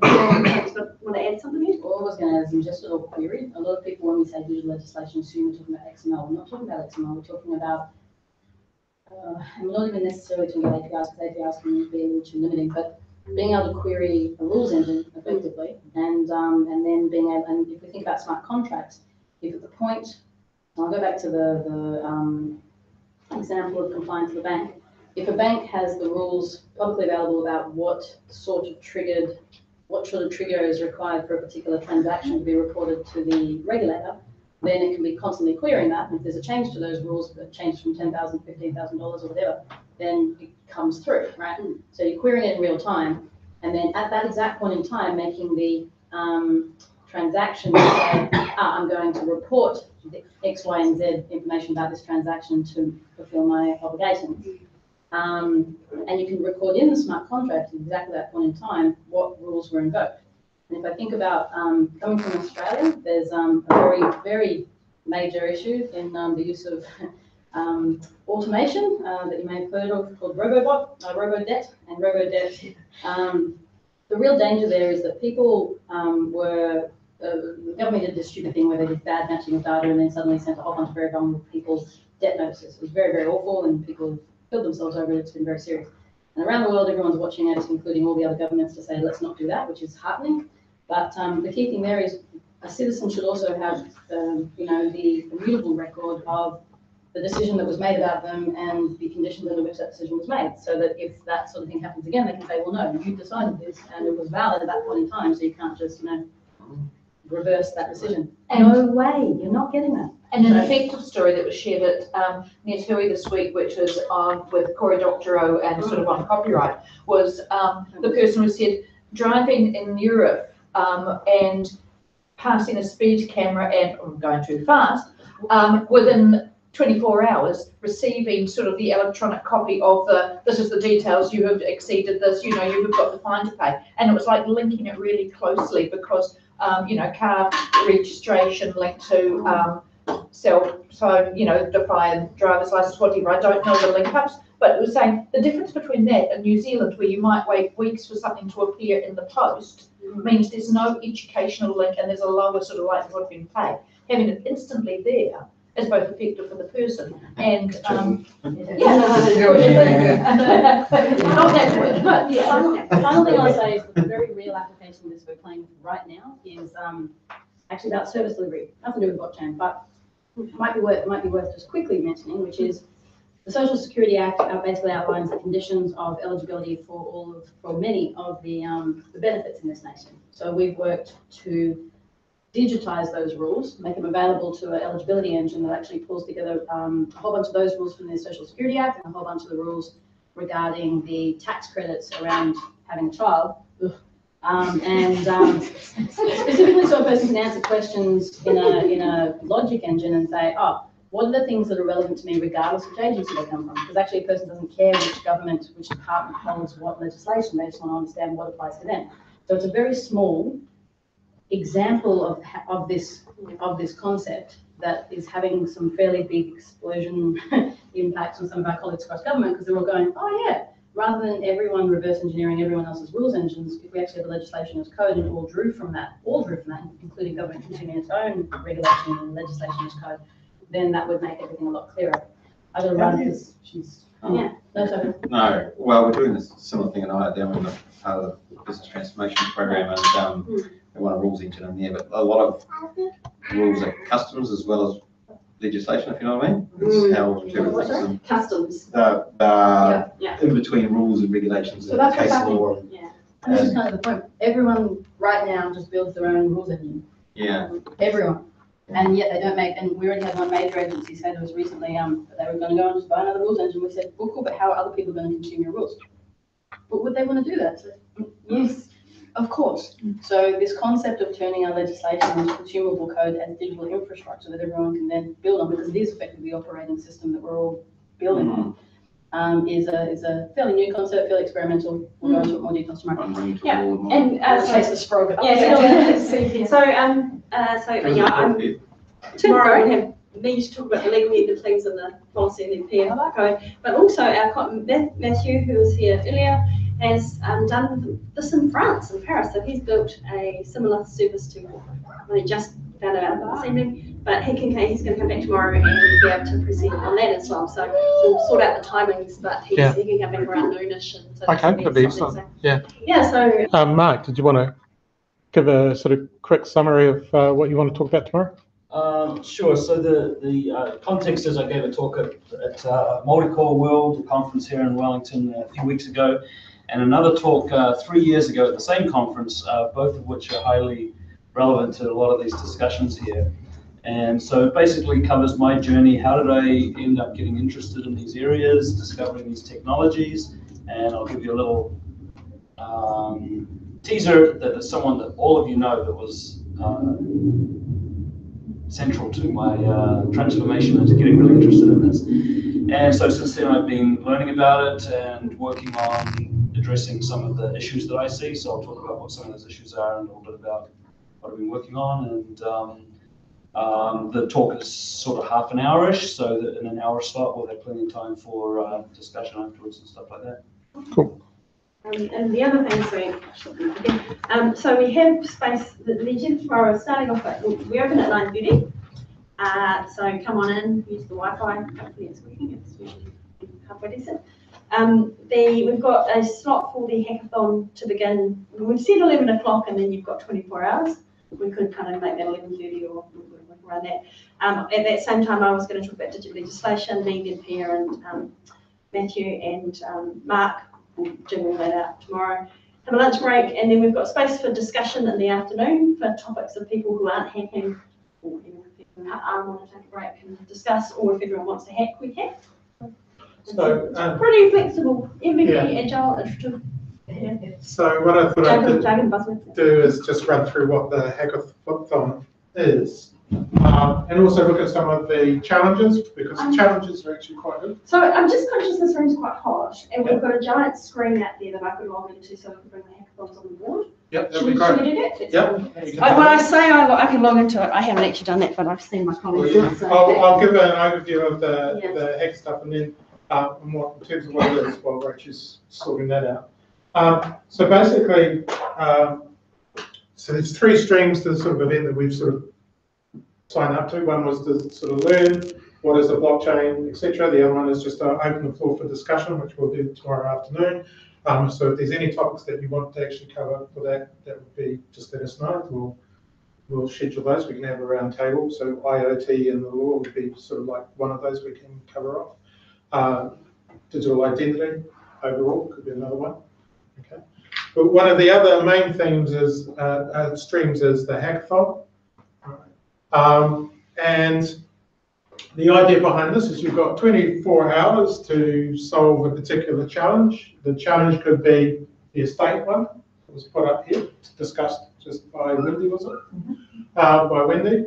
Or there's actually a bunch of set challenges which we'll run through in a moment that have been put up. In this sense, the Legal Hackers is providing a platform for people to, or organisations, etc., to say, well, go and work on this particular type of problem and see what you come up with. So we'll run through those sort of set challenges later. In some cases, some of those set challenges have prizes. I haven't looked at all of them, but to see what's what, but some do.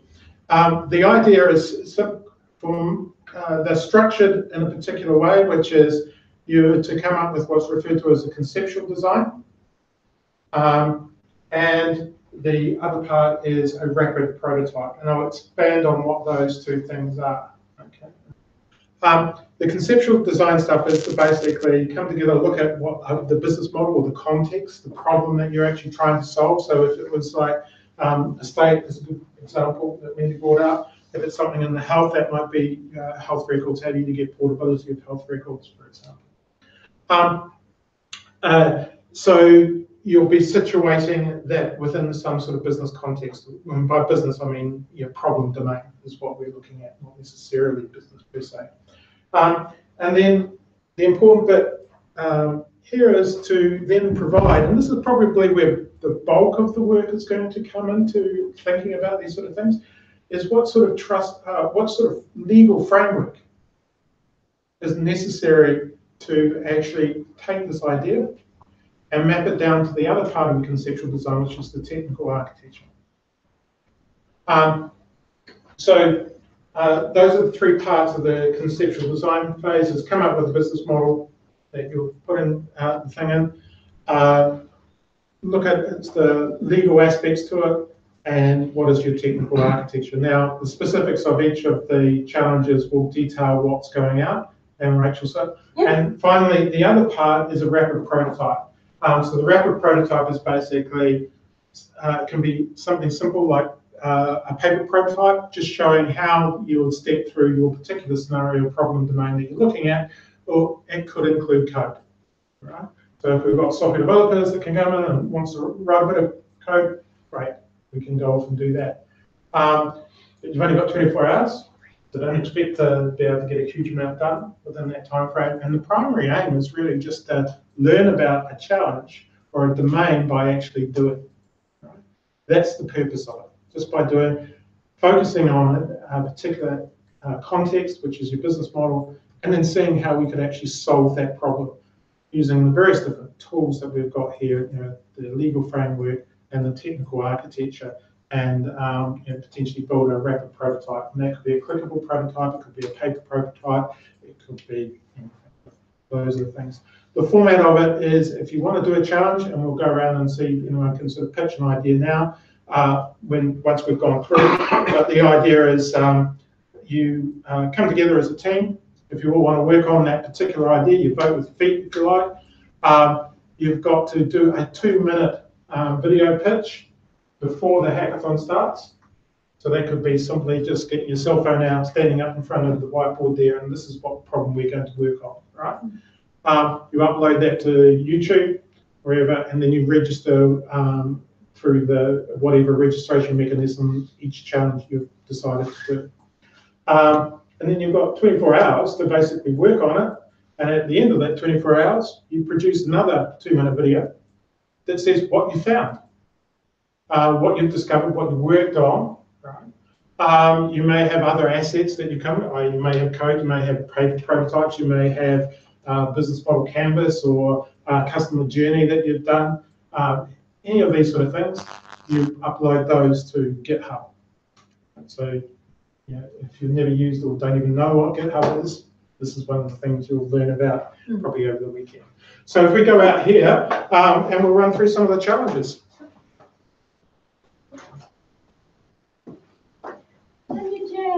Bring your chairs. It's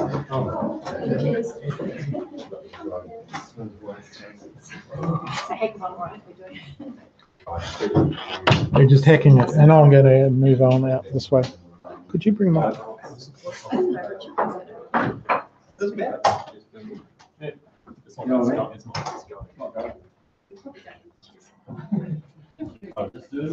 Yeah, I know. We actually probably Hang around, I was going to get back and get on my writing. Okay. Okay. Good to see you. I don't think so. No. Stop talking about after the weekend. Or unless you want to bring. Be good. Right.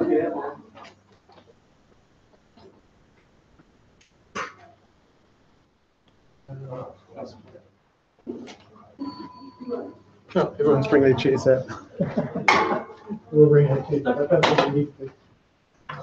Okay, you probably didn't need the chairs, sorry. It was my fault. Okay, cool. We have a smart board. It's pretty whizzy. I'm not sure quite how Grant managed to get in. We have a couple of these, so not your average definition. Right.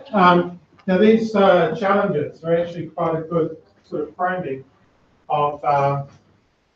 You can touch, but I find that doesn't take well. I'm going to say it's easier, but.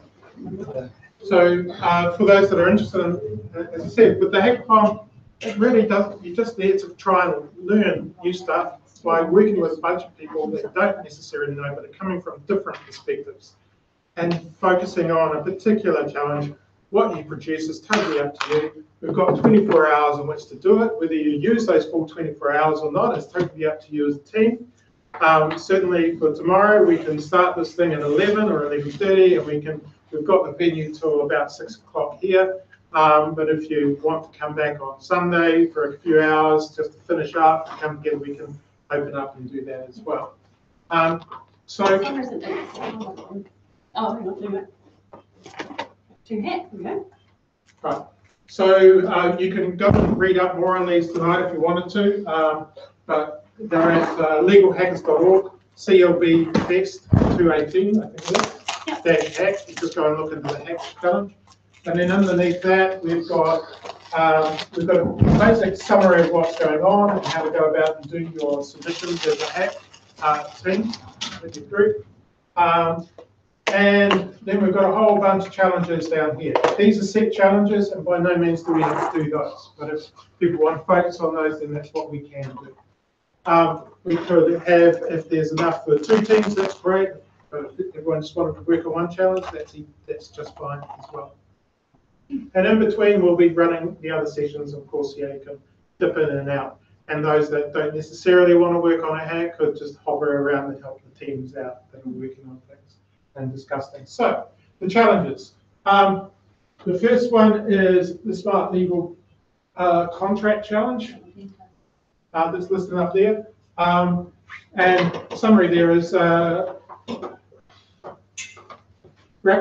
develop a concept, design, and prototype for smart legal contract to address a legal or business problem area.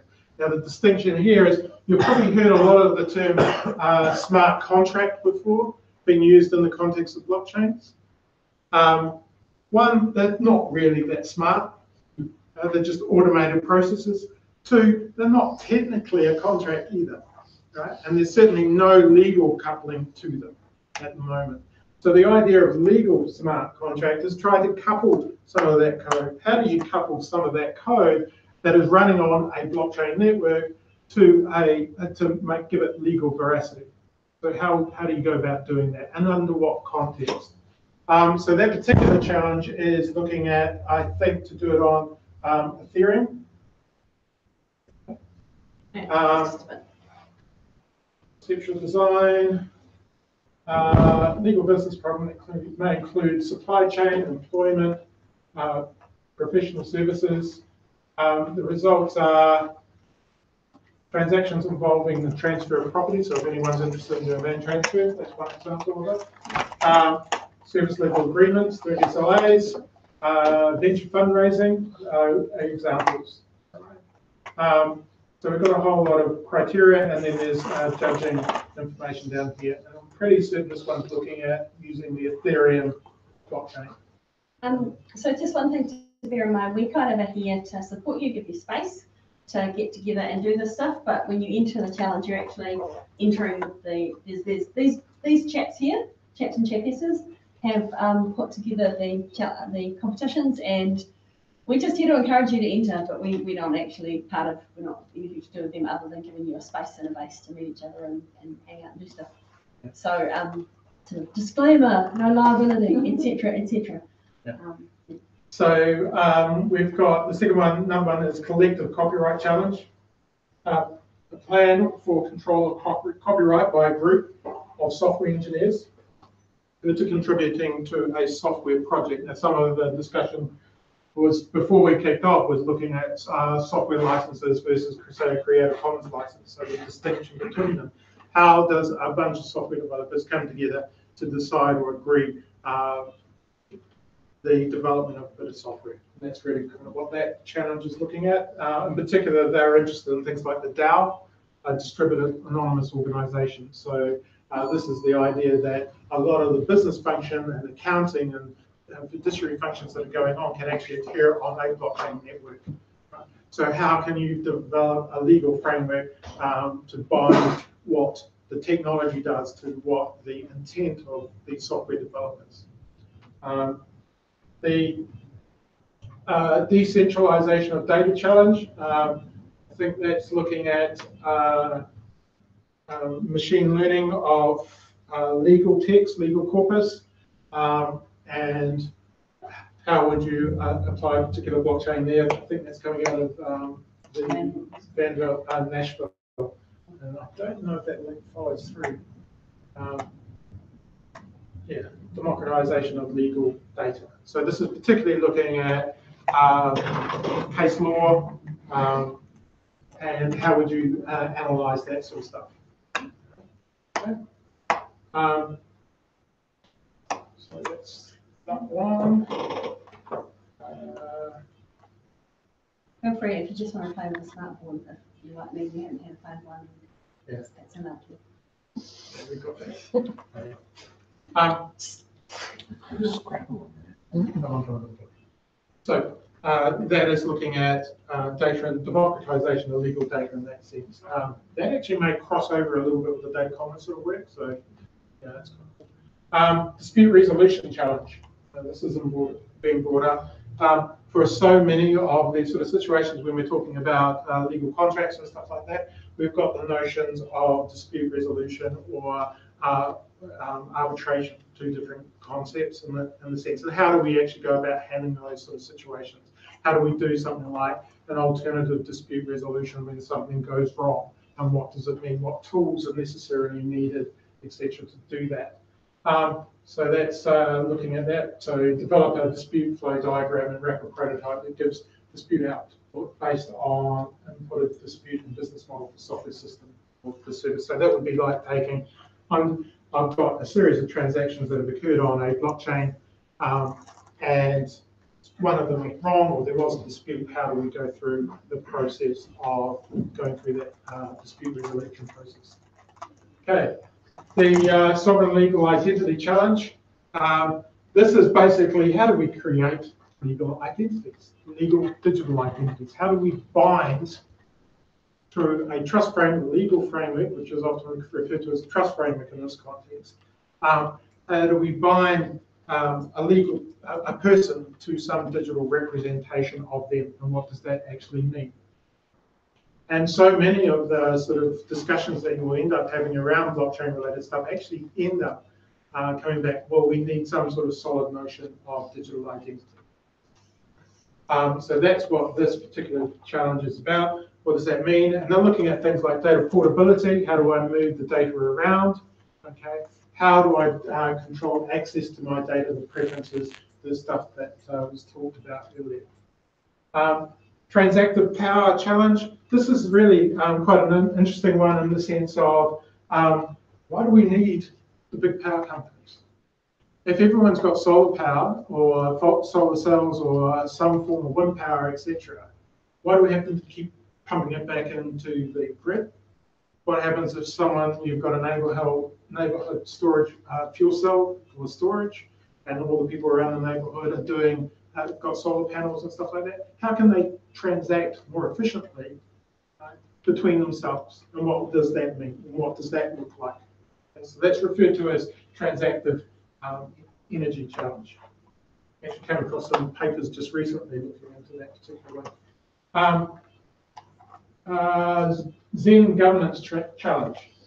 Related to quite a lot of these issues, when we're building networks and when we're talking about the law, I mean, the law is really kind of creating a normative system, a way for us to work together and to collaborate together. That's really the purpose of the law, right? So that we can live together peacefully, if you like, and get on and do things that we care about. So the notion of the sovereign legal identity challenge is sort of touches on this, because we've got to have some notion of identity within the system. To have like two agreements, have an agreement between two people, we need a solid notion of identity. But in order to build a lot of these networks, we actually need to have governance structures in place. What's going on? So the data commons, we put a lot of focus onto the governance structures and what's needed. So this sort of Zen governance challenge is all about that. So these are newer ones, which I haven't had a chance to read of, but the corporate structure for a blockchain venture challenge. Develop a corporate structure. That's the challenge. What does it look like when it's just on a blockchain? You know, what structures, what framework again? Most of these will come back to the idea of some sort of legal framework. What sort of legal framework is actually needed, or what sort of technical architecture supports it? And then finally, meta challenge. What's this? Decentralized term validation. Now, I haven't actually seen this one. Develop a conceptual design and rapid prototype demonstrating a blockchain-based system for determining if contract terms have been honoured. System may cover verification of contract terms for services provided, such as adherence to terms of service, quality of work completed, and other relevant applications. The solution should be an open source license design and code that demonstrates a realistic approach for verifying if a claim related to terms of service is true, using the decentralized network and storing the determination on the blockchain. Okay, so that's looking at, for example, was brought up about trade factoring, trade finance, and invoicing, etc. And that's kind of quite a good example of where that challenge is sort of situating itself. So that might be the business context of what's actually going on in that situation.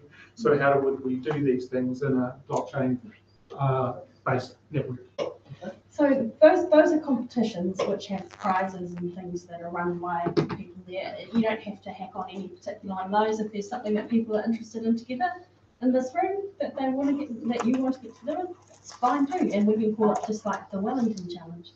And yeah.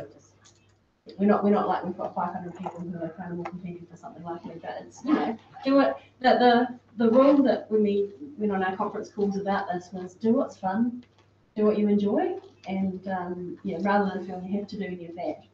If you want to, that's great. But if rather than feeling you have to do that, if there's something that you're passionate about, and 2 or 3 or 4 or 5 or 6 people or more get together, then that's good. Yeah. So I'm just going to open it up to the floor to cover anything that you would like discussed tomorrow. We've sort of identified a couple of ones for the discussion sessions. Of course, if Mark, Rachel, and I have brought up topics that we're going to cover in the Learn stuff, but if none of you are interested in that, we can change that. If someone else wants to give a different topic, open the floor, and if anyone wants to pitch an idea around doing a hackathon, just stand up and say, and we'll see who can join in, etc. So I'll leave it open to you now. In about 20 minutes, and then we'll wrap up, and those that want to go for something to eat, we can. So anyone at all? Any discussion points? I've just got a general question. Yeah, sure. Very technical one I know nothing about, to do with the law side of things. And this sort of came out as a theme. I went to a symposium at UNSW a couple of weeks ago about 200 people doing what we're doing now, essentially. But, and some lawyers were speaking there. And one thing that came out was, what's the relationship between people talking about law a lot and courts and their view of all of this? I mean, could they just say, yeah, well, that's all nonsense, and here is the law, whatever that is. Can I just jump in there? And, sorry, can I just and one aspect of this which really surprised me, because I know nothing about it, is contracts happen in a context, and courts can set aside contracts that all of the parties have agreed to, if they are in some sense outrageous or unreasonable. And how does that fit with certainly the automation of these things? You know, all parties can agree to a contract. There's a smart contract sitting there. It's doing what it's meant to do. And you've got the What's context. the court's view of what's going on if the court says, well, you've got to take it into Yeah, there's a related part to this as well, is how would the courts interpret machine code and you know, digital representations and stuff? How do they interpret it? Could they? What process would they go? Because we wouldn't necessarily, speaking as a lawyer, you wouldn't necessarily want to set us up. We're in a common law country, and that we have the heritage of the Court of Equity, which is historically about trying to see fairness done despite whatever may have been agreed. Grossly oversimplifying. Grossly. But the concept of if someone is under duress, as one example, you might sign a contract under duress, and I think that's an interesting discussion topic. So maybe we pop that as a discussion. I mean, that's just my, you know, that's just something that I'm very curious about. Yeah, I am too as well. Alex, you I was going to say you have a dispute. What you can do is you can agree not to go through the court system. So you agree to get it to settle it by arbitration. And that's part of also looking, what I'm interested in is how, like dispute resolution, how you can use the people in the ecosystem to actually solve the dispute and ignore the courts, because your day in court, people don't go because it's exorbitantly expensive and it takes years to do, and it's useless. Yeah, so the assumptions of the legal system, the underlying assumptions of that is that everyone can afford a lawyer and has the means to suffer whatever financial loss they have as long as they need to and get paid at leisure and be able to do that, which is actually patently ridiculous. But nonetheless, but that's a good foundational principle of the legal system. No, but this is exciting to actually be able to change all of this, because the system isn't working. Blockchain is a bit. It feels like a discussion topic, law and disputes. Yeah. Quite interested in the given the global nature, distributed nature of blockchains as to jurisdiction and whose law are we actually applying? Doesn't matter. Yeah, exactly. I'm actually, that is a question and I don't know the answer to it. Yeah, so for example, some of the UN conventions on arbitration are 50, I can't remember what it is.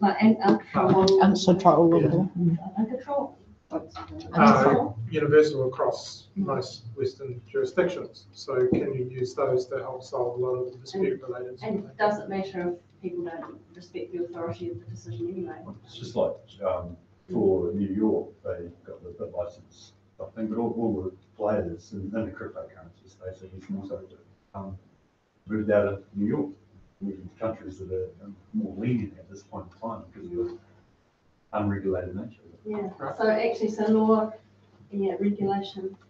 Are you particularly interested in jurisdiction and regulation of cryptocurrencies, or just more? I'm interested in cool. Yep. Anything else? Cool. Alex, did you want to propose that as a taking on the dispute challenge? Or the governance. Or the governance. Yeah. Okay. I don't know. Yep. I'm just putting questions to discussion. Possible comments on that. Possible comments. Just with the showing. Which ones? And the ones that say whiteboard, but yeah. Whiteboard? Yeah, I think so. Yeah, make sure it's a whiteboard. So governance and, So I don't know if dispute you're resolution. can we just spin that board around a bit so that maybe push that board back in? And just, if that helps you think of topics. Oh, actually, I just realised there's a whole board here that could have used. So where people can see, so maybe that like. So dispute resolution. Right? Yeah, I know. Because while We haven't been in this building long. I was used to wrangling stuff in the old service innovation lab. because they are two separate challenges. There's some interplay, but they're. Yes, governance and dispute resolution are really, There's a lot of dispute resolution, a lot of that is around how do you balance it? You know, that idea, like you say, you do it perfectly and you come to a perfect answer, but it costs everyone so much it's not worth ever doing it versus quick and nasty. This is the big thing about dispute resolution because you're not going to be able to code everything, and so you need dispute resolution is the key thing. It's with identity, you know, they're the two sort of almost. There are some interesting things playing out at the moment in relation to governance. Some people say code is law, but without now attaching out as a parity issue. It's just interesting to have discussions as to what group feels about what. Code is law, and law is code, sort of thing. Yeah. And what do you do? When we know a hack and there's a technical solution to actually fix it from a known hack, how do you play that out? Who makes the decision, especially if it's a consensus? Anything else? I'll just And if there's no consensus, comment that I think it's really critically important to get the digital and the real worlds properly integrated, because there's no possibility that we'll ever get the code right so that we're done and it never needs to be fixed. And we'll always need human judgment for something not anticipated. And there's this mechanism, which I think was called dual coupling. You heard of this? That actually it came from the guys in Monax that used to be called Eris. And the idea is basically that you have a legal contract, like a normal, piece of paper with signatures on it and stuff.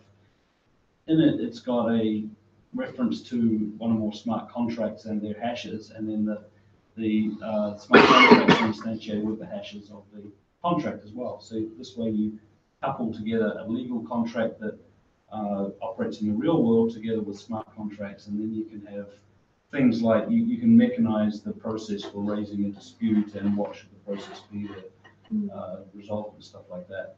I think any idea that we'll just get the code right and we'll be done is pretty futile. Right, so a lot of the stuff there, what you're talking about in terms of recording contracts is a good example. R40R3 have been doing stuff related to this in the financial area, whereby they're taking human readable / legalese, but it can be parameterized, and then there's also hooks into the code as well, so that there's a relationship between those sort of three. So is that sort of like in code versus law sort of discussion, or something you want to do over here, or no? Okay. Somewhere over there, yeah. I think it probably fits most of it. We can cover a lot of that sort of code versus law and the distinctions. That would actually be really quite an interesting sort of topic. Anything else in terms of like hacks, teams, proposals? Musical identity, where would that fit in? That's a hack. That's the sovereign legal identity stuff. So, sovereign, is that? Oh, there was a copyright one there on as well. Yeah, so there's a copyright and a sovereign legal identity. You said so sovereign legal identity. So can you expand on that, Jack? I guess sort of as a musician, sort of having control over what your music has, in a sense, how it's sort of distributed and how you have more control over. I would go with sort of like big corporate that controls pretty much everything else that you have. That you as an artist can have more of a say, and then go with something else. So I do think it's more the copyright one. Yeah. You reckon it's copyright? Yeah. You as an artist would have all the rights to something compared to just either. The other thing is if it's not one or the other.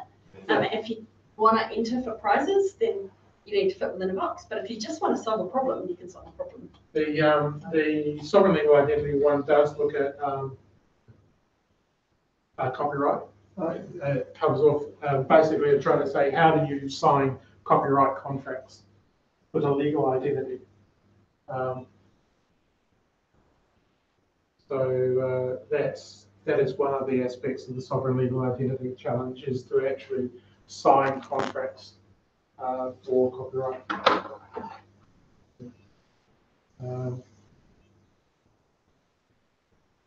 Signing and enforcing contracts and other legal instruments, registering and holding trademarks or copyright, how do you go about doing that?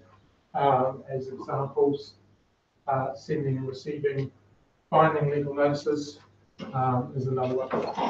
So Michelle brought up the idea of civil rights and stuff like that, and sorting that out. Those sort of things come quite clearly into the sovereign legal identity stuff to do with how do we sign a contract, how do we express rights over a bit of music, and document that right.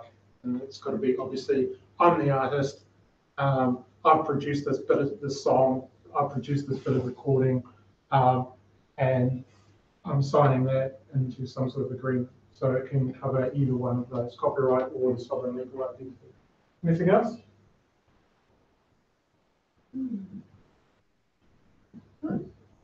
The house records, portability of house records. Portability of records, yeah.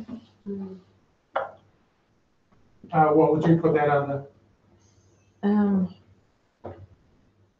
Yeah, I would say it actually goes under, again, the sovereign legal identity stuff, because you're dealing with attributes about a person and their records associated with them. So sovereign legal identity, again, very similar to sort of saying, hey, I produced this bit of music, but you've also got this idea of, well, hey, these are my records, and I want to be able to move them around, but only certain people are allowed to see them. Right? So in this case here, only a physician or an expert should be able to see certain types of information in the health record. And so in order to do that, you kind of need sort of strong notions of identity, what's going on. But that's just what health records. All comes back to identity. Well, whenever anything comes back to a person and their rights and their entitlements and their ability to access services, then it comes back to identity. So, okay. Any out of those? I don't know. Should we decide? Is there anything else? Anyone else? We've got IoT as well on this one. Is you want IoT in the law as well here? Discussion. And we've got the one that when we put forward earlier. Oh so yeah, estate, wasn't it? That was about your digital estate, so your keys and digital access. Digital access, yeah. So who can access my digital life afterwards? In some ways, you could actually expand that into it's not. From a legal standpoint, it's not dispute resolution, but I find someone pride is a dispute, because now you're basically entering who's got the right to claim those sort of those records. So that's sort of going to things like wills and things that are executing. Yeah. If once you have the trigger that a death has been registered and is reported, you could have an automatic. Once that's notified, there's a cascading transfer of rights. Right. So this could easily fit under notions of dispute resolution or governance as well. How do you handle this sort of thing? Yeah, and how do you kind of pass someone's identity? I've done a bit of work on it. Yeah. So it's a standalone thing, because it's more at the moment the key management. Right. That's the key thing. Does it have to be though? Well, at the moment it is practically. Yeah. Because all due respect to lawyers, you don't want to give them your private key. No. Well, you don't, because so because you need to, lawyers aren't really that good at keeping things secure. Yes, exactly. And so you can have dead-man switches, you can have you need a multi-sig, you need all sorts of. Right, so you're sort of that seems like an interesting learning session, actually. Could you encrypt your keys somehow, and then a smart contract would release that to the lawyer? So did you want to do that as a sort of discussion session as opposed to a... Well, if anyone wants to, because I've actually prepared I did a whole thing, I was meant to give a seminar on it. Oh, so I've got PowerPoints if anyone. You just put your hand out there. You're just making us all look bad. Have you had any contact with our team who's on end of life and life event stuff? Bring on the app for when people die. I just did it because I got stupidly someone, well, no, I get asked all the time and now I'm saying no, but I just said I'll do it. And I had to learn a whole lot of stuff, which was great. What are you referring to? It's digital estate planning. Digital estate planning. I would love to link you up to our team who's doing this, who will definitely be interested. So, I'm trawling for people with an interest in death. So I'm just about next, and 10 days time I start working for Birth Emeritus, so. Right, so, anything else? Because there's a whole lot of topics here, now we've got to choose. Yeah. Do we have to choose tonight? No, not for the learn this stuff. It's probably a good idea to sort of give an indication of the hack ones. Yeah. To go through. So you could probably sort of sit down and sort of think about it over the night, so you can really do a pitch, 2-minute pitch in the morning, and sort that out and upload it. So I mean, just if we were to roughly, absolutely roughly, does everyone who wants to be involved in some kind of hacking, or who would hackers up? And just discussers and learners. And I'm floating between them, so I'm putting my and hands kind of down. like, this is tonight's enough, and you're kind of going to have a bit of a rest tomorrow. But some... Yeah, not available. Yeah. Okay. So so we've got hackers again. How many people have been contacts? 1, 2, 3, 4, 5. So kind of, what are you guys interested in? Yeah. You might just have to vote on one, because you're probably all going to have to work on so one. What do you want to work on? You know, pull out each topic and we'll raise our So hands. we've got governance related, so looking at the hackathon for the governance aspects. So I can't remember exactly what it is, but just looking at trust frameworks and stuff around governance. I'm interested, I don't think anyone else would be. Okay, dispute resolution. Yeah. So, yeah. Music rights within the context of copyright or the sovereign legal identity challenge, one or the other. Yeah. So Very three. yeah. 4. Was that no? So 3. Hamish is also interested in that. So portable health records. No. No, that's next And time. digital estate planning. Wasn't there someone here earlier? Yes, Wendy. Yeah. So the basic rule here is if you've got more than 2 people on a team, you go and do something. So 2 or more, you can do something. So if people are interested in basically that one there, the music and dispute resolution, work together. Certainly could incorporate some of the dispute resolution stuff into the music stuff, because that's going to come up all the time.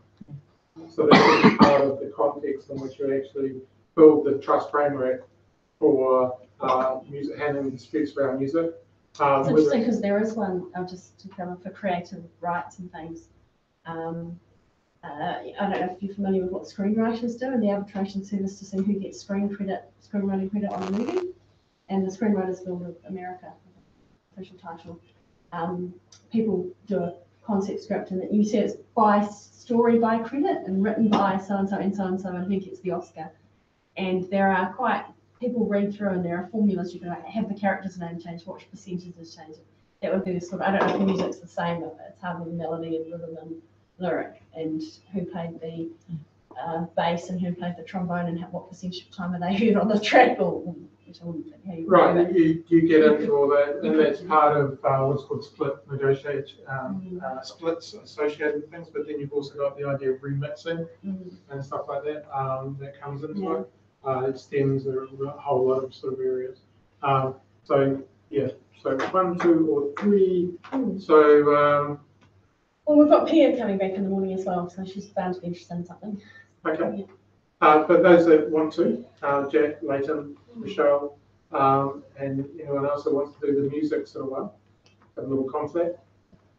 And as I say, tomorrow morning, basically try and aim to have a little 2-minute pitch sorted out, ready to go before sort of 11 o'clock. Is the way to do it. And then you can start working on that and trying to figure out what the heck this thing called sovereign legal identity is, or the copyright one. So you can have a look at both and decide. I think the copyright one was a recent addition, so I haven't had a proper look at that one. But yeah, but this one does definitely covers copyright. Okay. Okay, cool. Anything else? So doors opening up around Yeah, about I'll 9:30. be here at 9:30. The doors probably, they were locked, but I'll, my phone number's down there and I'll come and let you in. Pia will probably be here earlier, I think. So if you tweet at the pair of us, I'm at Rachel Crosser, then I'll keep an eye on Twitter as well. And Pia is at Pia War, WAUGH. So if we're here, we're happy to let you in. I'll try and get here a bit earlier. Yeah, and so I also, actually, I think we've got enough hot cross buns to go on with, but get some snacks lined up. And yeah, thank you everyone for coming. Any questions? Yeah, assuming that people want to hear it, 10 o'clock I'll do the talk on data commons. Ah, cool. Okay. So any questions, pointers, anything else? Anyone want to go out for something to eat other than M&M's? Why would you want anything other? There is other food around, there's bananas out there if you want them. Yeah. But yeah, so if there's anything you guys want to do, talk about, or anything else like that, more than happy to, but we'll go and get something to eat. Are you hungry? So do you have any, Rob, do you have the idea? I'm going to go and rescue some friends whose housing is, they need a bed for the night.